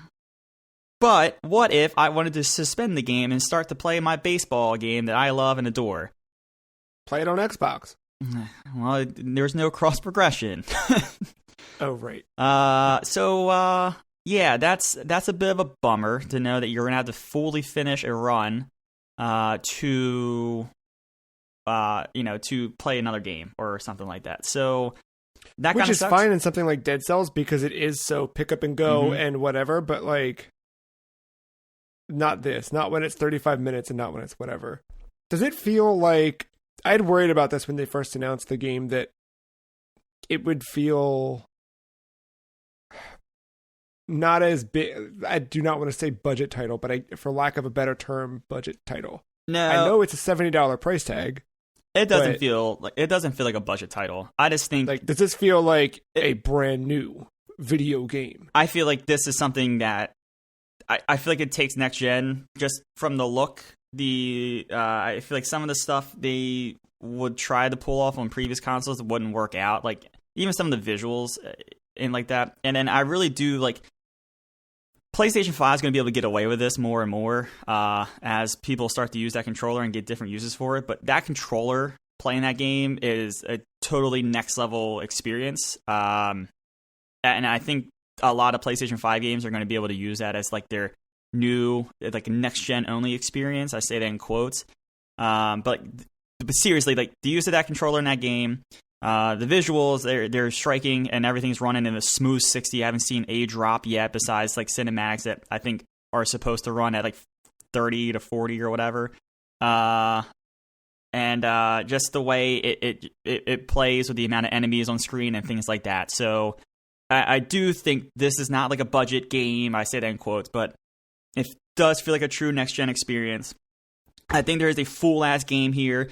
The story is kind of cool. Like I kind of like these little mystery, like throw me into a weird world. What the hell is going on? Feed me all these different facts about all this different stuff. I think that's always cool. I do feel like so far that each death I am getting something new, whether it's just a 1 second snippet of a cutscene or something like that. I just don't know if that wears off after I die 30,000 times to the same boss or not. But as for right now, I'm getting something new every death in the story department. So, yeah, I like the game. Like I said, it's the 2.5 hour thing. I wonder how this stays as welcome after about 20 hours or dying to the same boss 10 times. I'm getting there, by the way. The first boss I've died to like 3 or 4 times already. 2 of those times weren't my fault. The game forced me into that with no weapons. That was bullshit, but I think they were trying to teach me something. I don't know. Anyway, I died twice legitimately. But yeah, I feel like if I died to that boss 10 more times, I don't know how long I stay in here. And that's the thing. This game is hard, and it's okay. Trust me, I love a good hard game. This is hard, and you gotta reward something for it being so hard. That's why like Dark Souls is so good with the shortcut and the bonfires and all that. At least like when I get stuck somewhere, like the run backs usually aren't bad. This hopefully the nature of this being a roguelike and the combination of that stuff does end up where you feel like you're getting something for the time you've put in. Yeah, so I don't know. That's my feelings on it. I don't want to like put a score on it, but like I think this is a good game. I think this is even at times like a very good game. And I have the itch, like as I like diss the roguelike part of it, I have an itch to go and play this as soon as we're done recording because I just died to a boss and I almost had him. And I know it's going to be like another 30 to 40 minute run or whatever, but like I still feel like I made progress on him, like the Dark Souls thing. So I don't know. We'll see. This might be one of those ones where I obviously won't talk about it at length next week, but like just to kind of check in and see how I'm feeling about it after about like 10 hours or so. Yeah, I am curious. And is this coming to Vita or no? There's been no I know word. Resogun was. There's been no word on the Vita release yet. But stay tuned. Jim Ryan might come around. Sure. Yeah. He kept the store open for a reason. You're not wrong. You are not wrong. Returnal. PS5 now, $70. It gets a thumbs up from Matt right now. The 2.5 hour mark, yeah. We'll see. We'll have a feel next week. Speaking of coming back, Keiichi Okabe, it's confirmed that he will be creating or composing the score for that new Yoko Taro title we talked about last week. The kind of like smaller download only game that Yoko Taro is making with Square Enix. So, not to line anything up, but it could be that this is another NieR-esque thing. I like that we have some surprise NieR news in the middle of the show that we can update on where we were at an hour ago. And Super Mario Party also got an update. It's called the I Told You, Matt edition. Mm-hmm. Nintendo has released a new update for Super Mario Party, allowing for online multiplayer in the main mode, 70 of its 80 minigames, and the 2-on-2 versus modes. Free update available now. I'm surprised there weren't more boards or something added, or is that coming? Is this like setting the stage? I don't know anymore. I would have thought of anything, more boards and, characters, stuff like that, and not expect this to kind of go online, although it makes sense. I have seen it's weird to connect online. I don't know if anyone else has seen it. Like, to connect to a friend's game, like your game essentially boots off and then boots back on and then joins their room or whatever. I mean, like, it works, but it's just weird how it's all kind of stitched together. It feels like very much. It feels like the PSN pre the outage, pre the outage. It was all duct tape. Just duct tape. Yeah, this is super strange. I'm happy that whatever. Hey, it brings back life to that game. It's the first time I've seen Mario Party in any news outlet or Twitter feed or whatever, and since probably its launch. And honestly, like, it sucks, dude, because I think, like, I know we make the joke of Super Mario Party and all that, but like, this was, if you're gonna make or play a Super Mario Party game or a Mario Party game, this is a really good one. I think, like there's a lot of stuff that, like, nothing felt cheap or as cheap as some of the older ones did, some of those old Hudson Soft ones. I thought the minigames worked well for the Switch. I thought this was, for all intents and purposes, a really good Super Mario Party. But even I, like, I'm not busting that one out to play it at all. I don't know. I should try this. Who's got you? Mark, you have this, don't you? Oh, shoot. Nope. Well, Matt, you definitely have it, so I guess you and I can try it out together. Oh, and the other thing is, 2-on-2, you can be on this, like, if you're on the same team 2-on-2 for the online, you can be on the same Switch locally. I saw that as well. You don't need 4 Switches. You could just do, like, you and Katie versus me and Victoria, because I own the game, of course. Because you definitely own the game, of course. Yes, of course. Oh, okay. Yeah. What other Switch game is overdue for an update? Or let's put it this: which other Switch game would you be surprised got an update this many years out?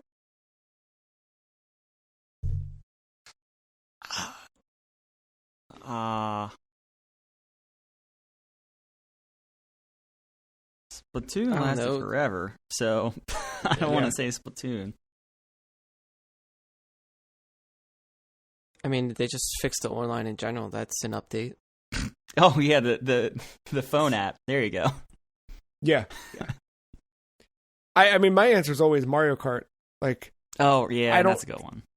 I don't think they need to do a new Mario Kart, but I think if tomorrow we woke up and they were like, "Hey, $10 gets you 4 new, or 2 cups, 2 new racers," or you know what I mean? If they just slowly kept building onto that as a platform, making it the Master Chief collection of Mario Karts, like, slowly get every stage in there. Yeah, like, I would like for them to add to that one. I would like them to add, like, a custom cup. Where you pick 4 levels, it goes through them one by one. You don't have to keep going back to a cup, picking a level, and going through it. Yeah, just so that way, and then as long as you allow duplicates, you can create the best cup in the world, the 4 Baby Park Cup. I regret everything I've just... 28 laps. No. They should retract all copies of mayhem. But here's the thing, right? Like, with Super Mario Party, I feel like that game undersold compared to expectations. So maybe this was a thing where it's like, hey, why don't we do this little bit of an update that can boost some sales and maybe get us, closer to where our target was. Where Mario Kart, I mean, they could tomorrow announce they're removing multiplayer from that game, and I feel like they would still sell another 10 million copies. That thing just keeps going. So, I don't know. Wishful thinking, though. What was that? What was the name of that Switch launch game with the all the mini games? Where you milk the cow. 1-2 Switch. Make it 1-2-3 Switch. New There you DLC. Boom. There you go. Call it WarioWare. Maybe it would sell. Yeah. Speaking of being bad, Mark, you've been playing some Road Redemption. Yeah. Which is spiritual successor to Road Rash, indie title. I remember this from the early days of Mark joining the Free Cheese podcast. This came up because I believe they had one Shovel Knight as a tie-in character. Yeah, and he's still there. The game has come a long way from when I first played it, so I wanted to see, how's it holding up? Is it more polished? And I found myself playing quite a lot of it this week. Just had that itch, and I just kind of like Returnal. It does have a roguelite element to it if you're doing the campaign mode. Where each stage has random objectives. You either have to come in first to third, or you have to get rid of so many targets, or you have to survive the time and try to outrun the cops the whole time. And then between those, if you are succeeding, you will get money. You can put that towards temporary power-ups for that run. But overall, you are gaining experience. So when you die and if you lose, you put that experience towards permanent stats overall, which is increased health or increased nitro or the gain from it, better strength, better bikes. You can start on level 2 or 3 or 4 instead of the first one every time. Okay, so like a Spelunky style jump ahead. Yeah. And that's that's also the way how you will unlock more characters, and they have different stats and perks with them too, where different health or different, maybe they're stronger, or maybe they're weaker, but maybe they gain more experience and money instead. So are they all just bikers, or are there different character types? You know what I mean? How do they? I'm looking at. They're all biker based for the most part. You have your generic dude for the first one, helmet and everything, crotch rocket, Then you get a dude that looks like the antagonist from Far Cry 3. Oh, Voss, is that his name? Yeah, you have a dude that looks like him. Okay. And okay, there's this other dude that looks like Golden Age Lex Luthor with the purple and green. Sure. Okay. But not bald. Yeah. But he gets you more money and experience, but he's not as strong, I think. But Voss is strong, and that's basically it. The bikes themselves, the more I get, because it's going to take a while to get these. You really got to grind this game to get stuff, and to get these other bikes, I feel it's going to take some time. But the ones that I've got, they don't seem as great as your starter one.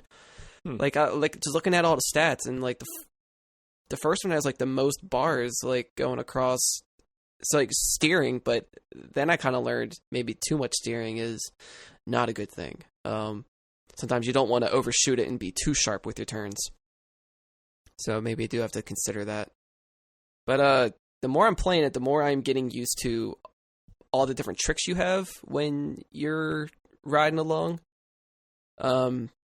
So you always have your D-pad is your assigned weapons, and each direction is a different type. Up on the D-pad are your melee weapons. Left on the D-pad is your bladed weapons. Down on the D-pad are your explosives, and right are your guns. Out of all of these, guns is the hardest to do because trying to aim with the right stick, which also rotates your entire camera, which also can fuck with your perspective when turning or riding, so you have to be like very careful when using the gun. Like basically you have to line yourself up behind an enemy and not just try to like shoot them from the side or something. If you're trying to shoot from like completely horizontal of you, like parallel of you or whatever, don't even try, because you click in the right stick to like fix the camera back, but more often than not it has failed me. It's just good for like up close situations.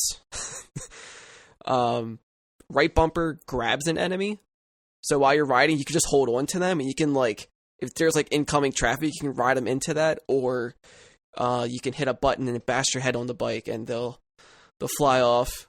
Your X and Y buttons are your X. Well, I'm using Xbox controller, so X and Y or square and triangle. The X button is my left attacks, and Y is my right attacks. And you've built a meter over time. Like if you hit, like you have to hit enemies for it to fill up, but eventually you get to a point where you can hold in the button and it'll do a stronger, more critical attack, and it's like flaming. So like, you have a better chance of knocking people off their bike faster. The B button will kick bikes, so that's always good, especially if you're like jumping in the air. If you're coming on a turn and there's a bridge, you just bah! And they just like fly off, and you'll know you got them because it'll let you know that like you'll see the enemy's health bar just like have a big X over it and be like, oh, like crash combo. And then every time you kill an enemy, you get money, you get some health regen, and you get some nitro regen. And kind of like Cruising USA or something, you double tap the trigger for gas, you double tap that to use your nitro, and you just fucking jet it. Power ups, obviously, there's alternate shortcuts within the track to find different power ups for nitro and explosives and whatnot. The explosives are cool because you get dynamite. They're pipe bombs. But you can hold on to them. You can let them cook for a bit. You have 2 seconds, and you'll see a timer. But you can just drop them, and you can see. This part's kind of weird. You have a rear view mirror on your HUD. That's like a car rear view mirror. But obviously none of your bikes have that mirror. But I guess you gotta see behind you somehow in this game. I think that's a throwback to like Road Rash. I think Road Rash did that, they have that? Like kind of. And you back then even had the same question, like what? But yeah. Yeah, so you could see the pipe bomb you dropped and see if they're gonna like sync up to when it explodes to see if you can get like a whole bunch of them at once. Because sometimes you gotta deal with cars too, and that's where the C4 comes in handy, because you can just ride by and just stick it on there and then just drift off, and you just see them explode. The combat feels good. The soundtrack surprisingly pretty fitting for the most part. Like it's all instrumental, but like it kind of flips through like some electronic, some hard rock, mostly metal stuff. Like it's all random, but like it fit. Like it kept me wanting to hope there was licensed music in this game. Like it was it was getting that close. Yeah, it's like, oh, just like whatever you could think of, whatever like the edgiest shit you could think of. I just throw it in there, throw some Slipknot in there. I don't know. You described some great characters to choose from, but I think we're missing one core one. Just report if I'm wrong that we are indeed missing him. But executive producer of R2, Vin Diesel. Is there a Vin Diesel like character? Oh, I think there is somebody that looks like him, yes. But I haven't unlocked him or seen him quite, because like when you're picking characters, they have like a big thing over the screen, like, sorry, you can't pick them. So I'm pretty sure there is a Vin Diesel type. How much money does he cost? And let me know the best way to send you that money right now. Well, it's gonna, I think, cost a lot of experience points that you gain throughout. What kind of game is this? Making you work to unlock it? Just let me buy that. Yeah. Yeah, this is the roguelite portion of the game. Yeah. Well, I like that though, because like I got that Mortal Kombat 11 Ultimate Edition. Huh? No, I said I'm joking. By the way, please do more. No, I know. No, but I'm like happy to hear it, because like Mortal Kombat 11, you can unlock Frost when you get to a certain point in the story, but otherwise, like all the characters, you just buy them, which is fine. It's the way it goes. I get it, but like I do miss the days of something where like you could earn in-game stuff, which you do in Mortal Kombat. To be fair, you're unlocking gear. I don't want to completely shut it down, and I've gotten some cool stuff from playing it. But yeah, this is I might pick this up, dude. I completely forgot about this game until you mentioned playing it, and I'm like, yeah, like it has online too. So I've yet to try that out, but I'm sure I don't know if there's still anyone playing it. I hope so. Another character that I just got, and I think it might have been from dying so much. I basically got a headless horseman. It's just a biker. It's basically Ghost Rider, but instead of a skull, it's a jack-o'-lantern on fire. Yeah, cool. So I'm just gonna buy the game real quick. I'll be right back. And I think you start with a better sword, because you can upgrade those weapons too. Like you first get like a pipe and like a longer pipe, but you can upgrade it to like a spike bat or like a sledgehammer. That's been my favorite thing. I don't know. It's now's the time to buy. At least on Steam, it's 65% off. It is a good hard $6.99. It's worth it. That's on Steam. But I know. Yeah, it's $20 on Xbox, which isn't bad either. Oh, it's on consoles? I didn't even realize. I didn't either. I didn't know it had come out, and I looked it up. And yeah, is it crossplay? I'm trying to look that up now. I know they just added some like Avengers type shit as like a tongue in cheek thing. Like you have a Captain America-esque character with like a shield, and you have like somebody that like doesn't look like Thanos but has like Thanos armor, like a gauntlet or something, but you have to unlock that too. And Shovel Knight you still have to unlock. Before you didn't have to unlock them, so I'm kind of bitter about that. But that's weird that it didn't like carry over from your time playing the beta. And there's also I'm still like in the first area. The second area you're on the rooftops for the most part and just riding around, and you get like this like jetpack function where you can do like a little jump with your bike, and that will, if you're riding off course, that you might be able to like maybe realign yourself with the road before you land. That felt kind of something. I feel like Fast and Furious would do something like that. I was getting vibes from that too. But I don't know, it just feels good. Feels good to just ride around and just beat the shit out of people. I'm gonna assume that the answer is no, just based off the Google results for Road Redemption crossplay. The first hit is a ScreenRant.com saying Red Dead Online cross-platform. Does already have crossplay. The second one is cross-platform network game Road Redemption. It takes you to a forum with responses from 2013. And then the third hit is there crossplay in Red Dead Redemption 2 on PC? So based off those hits, I'm going to assume no. Probably not. Yeah. Makes sense, I guess.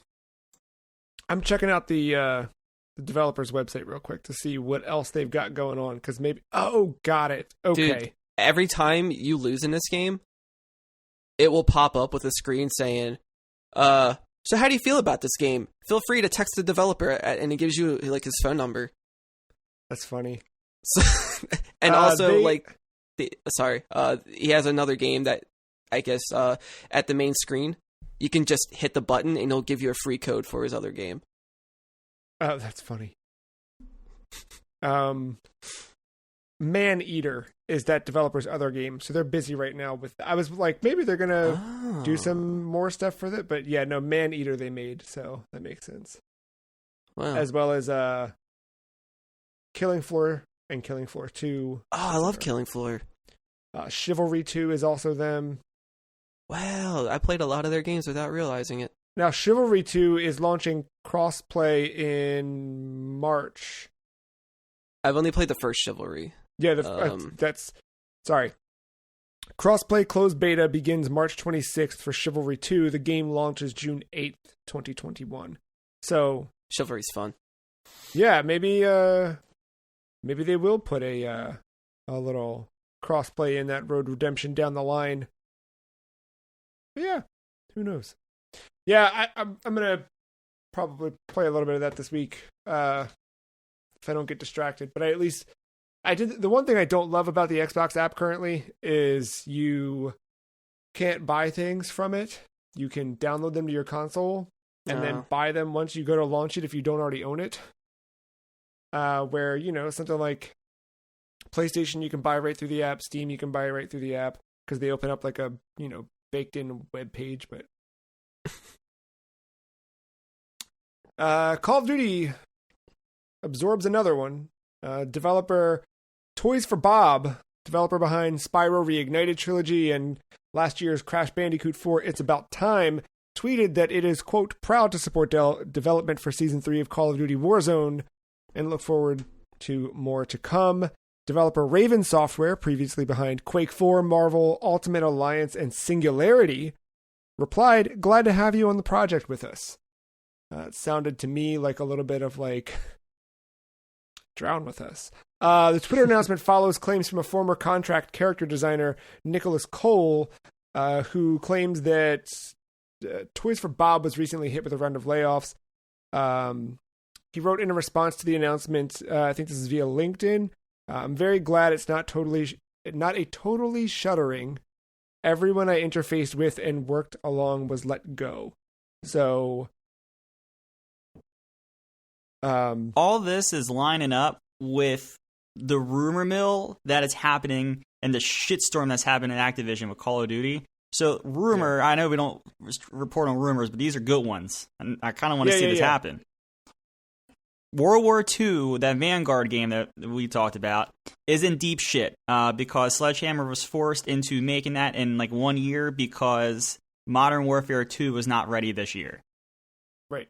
It is in such deep shit that Activision is thinking about either significantly delaying it into 2022 out of that normal release date and or canceling it altogether and making a Modern Warfare 2 multiplayer remaster as their September, October, November release. So, with the addition of another developer coming in to help with Call of Duty, this is all kind of aligning. It sucks so much, dude. I mean, we already lost Vicarious Visions, who had done the Crash Insane trilogy, and then Tony Hawk. And, they had worked as a support studio and stuff like Destiny PC for years and a lot of other things, but like they're already gone, swallowed into Blizzard to make, I guess thankfully they're the ones behind the Diablo 2 thing, but like the more stories I hear like this, the less I'm like wanting to give Activision or Blizzard any of my money. So like I don't know, like that's me. I don't know that I'm the whatever, but it sucks because I really do like what they do in Modern Warfare and Warzone. I mean, Black Ops isn't my favorite game, but yeah, it sucks just because of how big that blew up and how everything just got absorbed into this black hole that's either Warzone or Call of Duty, period, just to keep this thing thriving. Yeah, it's going to be very interesting. And I really hope that for Sledgehammer's sake, that game, if it's in as bad a shape as what's rumored, it doesn't happen or it gets delayed significantly. Or they just do like a single player campaign type of thing and like a DLC to World War II. I don't know. But like, this is all just shitty. And at the end of the year, we'll hear about how good old Bobby got his bonus and we'll be on our way with another news story. That's the thing that sucks.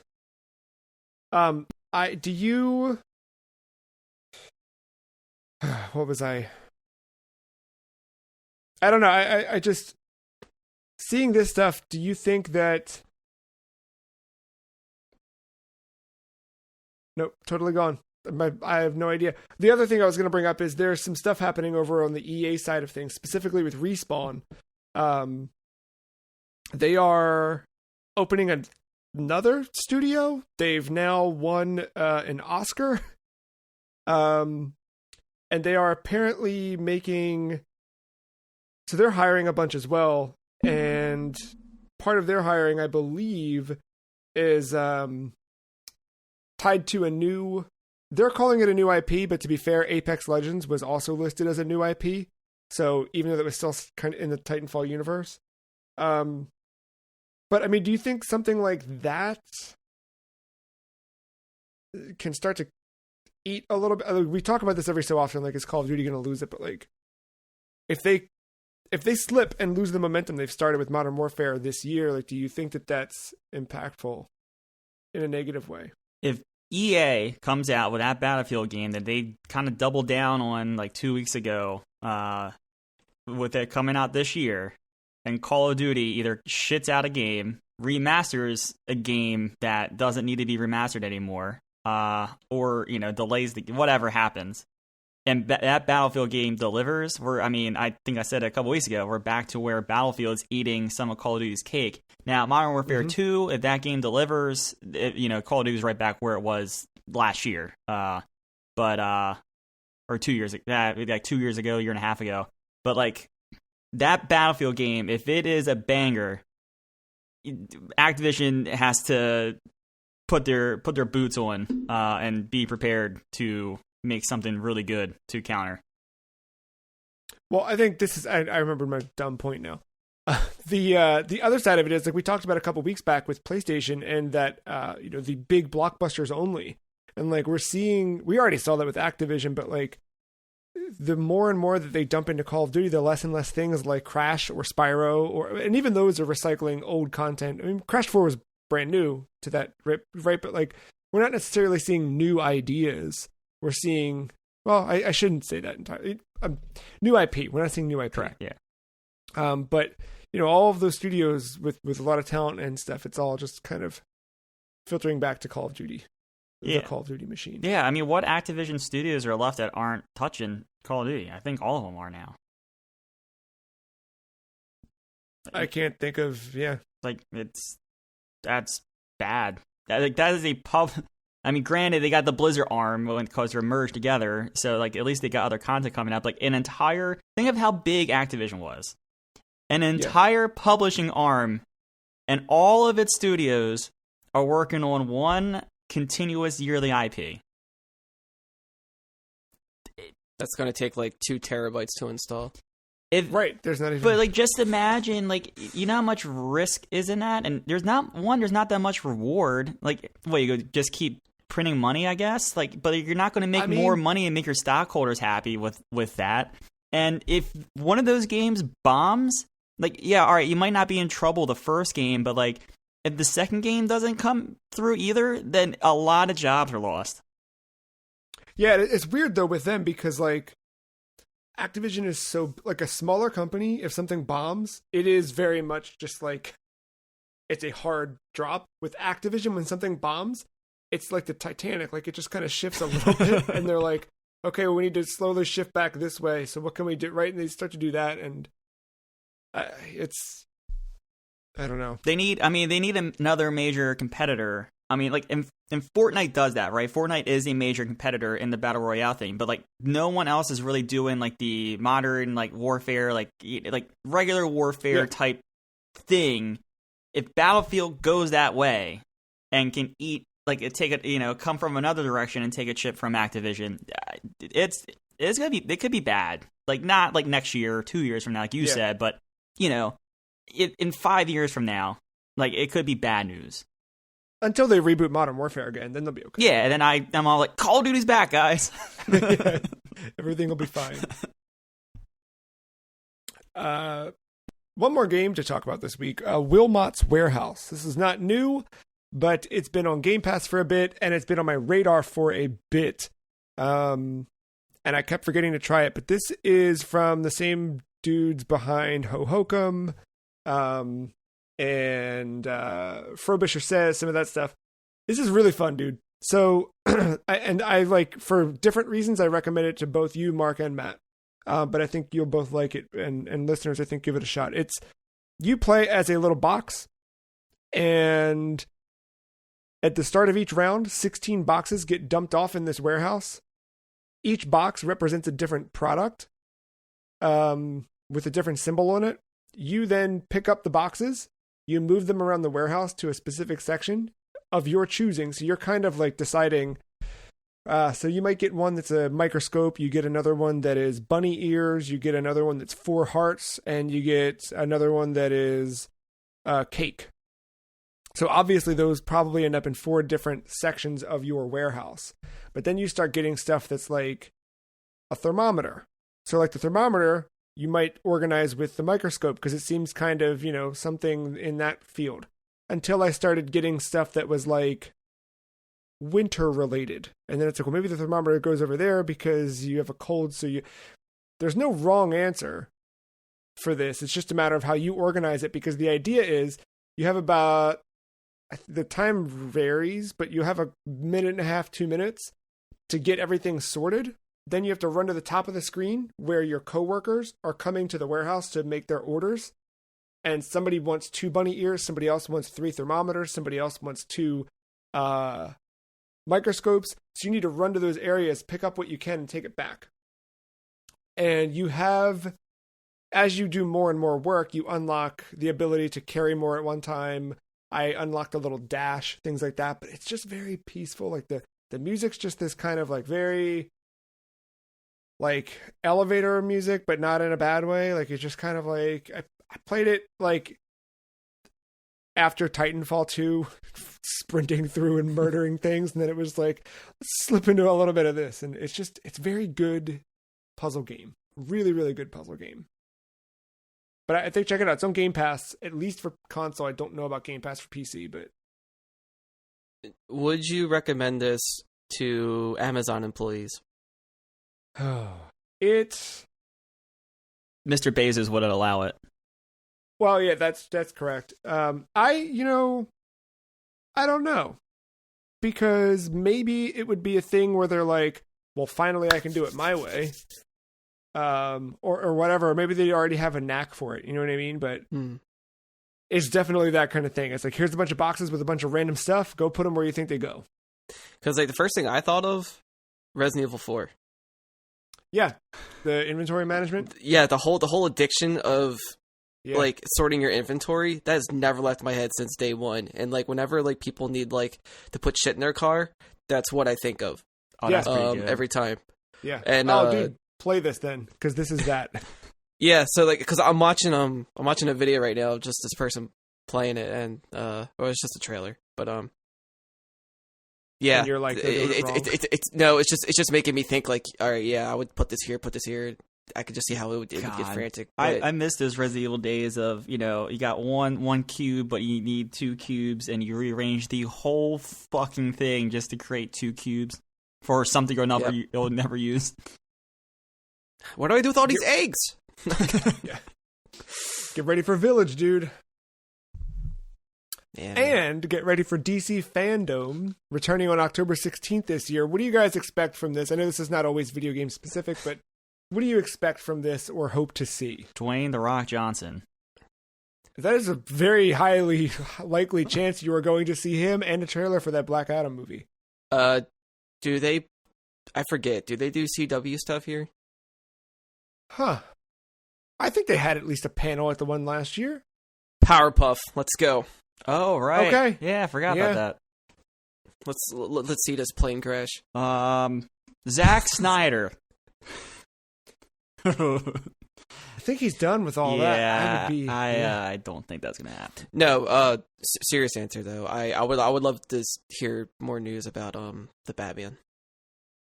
Oh, I think we have to, right? It was supposed to come out in October. Well, we're gonna get another interview from that guy, and then he's gonna be like, we were only able to shoot the 30% of the movie now because Robert Pattinson keeps getting COVID.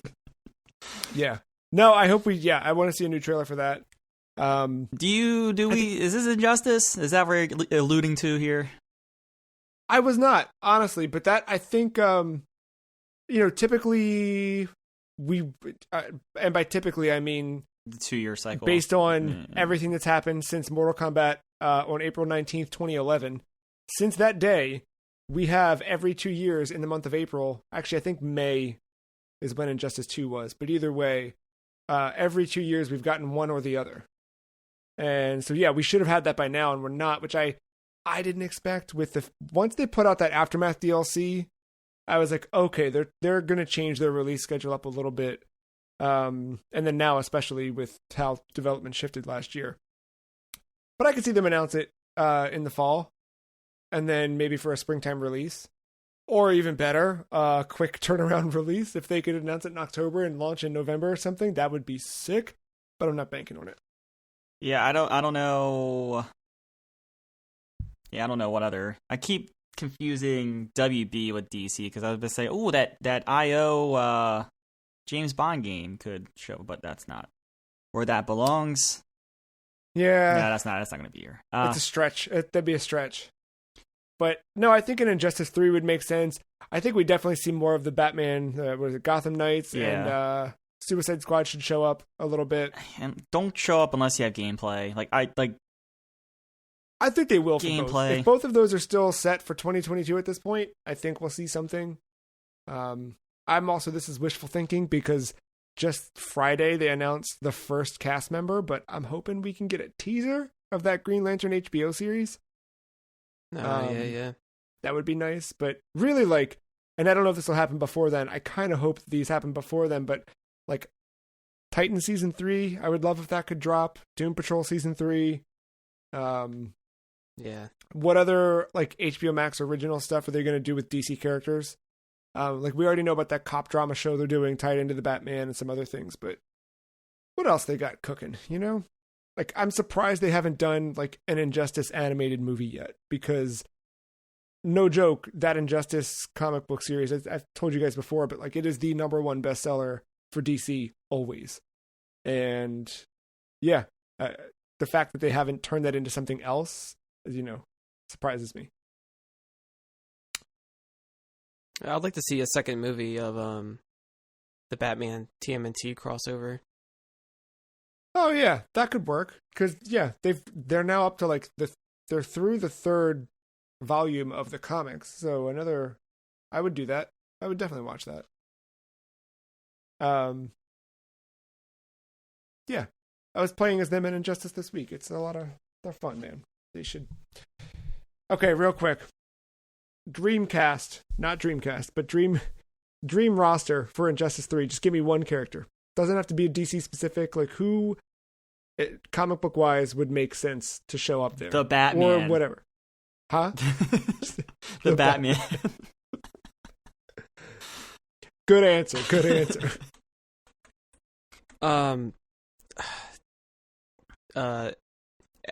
Etrigan the Demon. Oh man, that's such a good answer. Such a good one. I'm trying to think of some weird HBO Max, because you can you can throw something in there from. I just can't think of anything. Oh, Matt, you gave me another idea. What's her face in Doom Patrol? The one with all the personalities. Jane? Yeah, can you imagine each personality is just a different move list? That would be so sick. That would be super dope. Yeah. Bring in the Doom Patrol to Injustice. They need to. I'd be very happy with that. I still I remember some people really liking this character. I never had a strong affinity, but I always thought he'd make a cool fighter. But Larfleeze, the Orange Lantern, I think would be cool. I think they could do some stuff with an orange, because the idea behind the Orange Lantern is that the ring is powered by greed, which is why there's only one Orange Lantern, because he has to keep it for himself. And the Orange Lantern core is all of the power of the battery coming out through him. So I think you could have a really cool Orange Lantern on screen. But we'll see. We got a Red Lantern last time. That was exciting. But also, the real answer is, what Mortal Kombat character is coming to the roster this time? Well, there's that too, because I was playing Injustice and I'm I played Mortal Kombat, and you've got Joker in there. You've got a Harley Quinn skin for Cassie Cage. You've got a Catwoman skin for Katana. There's a Dark Side for Garrus. You got to bring in Johnny Cage as a cosplaying a DC character, or something stunt double looking. I wouldn't be mad at that. At this point, you can kind of treat Mortal Kombat 11 as Injustice. Oh my god, have 3. Johnny, go real meta with it. Have Johnny Cage playing the Batman in the Injustice. Yeah. He just can't use his green glowy powers. And he just does a terrible mod. I'm Batman. Or either that or a bad Green Lantern. Yeah. Since he has those green energy things. That'd be good. Our final news story, also green. Matt Booty, head of Xbox Game Studios, shared a post on Xbox Wire detailing the future of Xbox specific to PC. It first highlights the variety of ways to play, focuses on Game Pass for PC, cross-play and cross-progression, announcing it's specifically coming to Halo Infinite, and how cloud gaming is unlocking console gaming in new ways on PC. The post then announces a change to profit for developers who are publishing on Microsoft Store for PC, increasing the return on them from 70% to 88%, meaning Xbox will no longer get a 30% cut, but instead of 12, which matches what Epic is currently offering on the Epic Games Store. Finally, the post also calls back to an announcement just earlier this week that DirectX 12 Ultimate is coming to Xbox Series X and S as well as PC. I looked into this a little bit, and I heard on the Digital Foundry podcast that they do once a week now a little bit more about the specifics of this, and it's cool. The way I basically understand it is DirectX 12 Ultimate unlocks all these cool graphical features, easy to put together, such as like ray tracing, etc., and graphics technology. And using DX12 Ultimate as a developer makes it super easy to port this stuff from PC to Xbox and back and forth. So the idea being that if you're making a game, everything should be in parity across the board, which is exciting because I think now like we're seeing Xbox make this shift to make sure that PC is also included in the idea of what Xbox gaming means. And I think they've definitely made a lot of big steps in that regard in the last few years, but like it's still, you can't play your 360 games on PC. And there's still some stuff that works on PC but not on console, or works on console but not on PC. And doing steps like this make sure that when developers are making games, they're coming out everywhere with all of the best things in mind. He obviously talked about like those things like ultra wide monitors, like that stuff's being specifically tailored for PC and etc. But yeah, I think this all just kind of ties into the overall Xbox idea of play how you want to play and where you want to play. They will figure out a way to, whether it's your phone, a dedicated box, or a PC, like they've got ways for you to play the games you want to play. Which I'm all for, man. It's been a fun little, for me, I've got the cool shiny new box, but also being able to play on my phone or my iPad, and then PC also, like it's fun. Do you guys think that Steam or Apple or anybody else needs to suddenly react to this change for publishing? I feel the pressure is on Steam even more now. Like Epic and like, Microsoft now, or Xbox rather. I mean, I don't think it's going to impact Steam too much just because they're already just so big, but yeah. But the pressure's definitely getting, it's increasing. No, I think, I kind of agree with Mark. I think Steam's in such a position where they can wait and see where it all goes and then pivot to what they believe will address the issue, or pivot to match all this. They're just too big to, I mean, Epic threw all that money at the store, and I don't think, I mean, it made a dent, but I don't think it made like a good dent that they can't polish off. Yeah, I don't know about everybody, but I feel like no one left Steam to go to Epic exclusively. I think what you got is people who started using Epic because there are free games and there might be games that are exclusive to it for the time being. But I don't think anyone just said like, well, I'm just going to uninstall Steam now. Yeah, like whatever Steam's doing, I don't think they're intentionally trying to be antagonistic towards developers. I think they're just doing things their own way, and now we're just seeing that things can be better. I think they will still find, like, they do constantly try to find ways to be supportive of their community, and maybe this is just the next one that they need to focus on next. Like between like modding and whatnot and the early access stuff, and yeah. Well, and I think also they more than likely before Epic ever announced that they were going to reduce it down to 12%, Valve is a company who has internal financial people that, you know what I mean? They brought financial analysts in to like work specifically for Dota. So like they know what they're doing. They knew before anyone knew exactly when and how much they needed to, like, they know when this makes sense for them to do. And I'm sure they'll announce it at some point. Yeah. Well, that's going to do it for us until next week, where we've got the beginning of a new ongoing episode 400 segment kicking off. Until then, what are you guys playing this week? Nothing big coming out, right? No landmark dates that I base all my meetings off of. I will return to Returnal, but for how long I keep returning is the question about Returnal. True. And then I keep playing baseball. I can't put that game down. I love it so much on PS5. And NieR Replicant, that game is great. So I'm going to keep seeing that through. And I might buy Village. We'll see. I was to say, yeah, you going to do it? I think so. If, it might turn into Resident Evil 2 where I play 2 hours. And I'm like, damn, that was really good and scary. And now I can't play anymore. So I don't know. Yeah. We'll try. Mark, what's on the list? Definitely going to finish NieR. That I'm already so close. I'm not backing out. I wouldn't be surprised if I spent my whole day after this recording just trying to do that because of one specific side quest. It's just gonna take time. But yeah, definitely want to see that through. Like I'm fully invested in that game. Between that and Village, that is to be determined. I like it. The way the tide goes. Yeah, I don't know. I'm having fun through Mortal Kombat and Injustice, playing the story modes. I'm still like exploring stuff that looks better on Series X. So Titanfall 2 has been at least a couple games a night. But I will probably end up I don't know. I'm checking with some other things. We'll see what happens. But yeah, Village is the big one. I'm waiting for Friday, so cool. Well, I will. I'm ending it like it's a phone call. It's a podcast.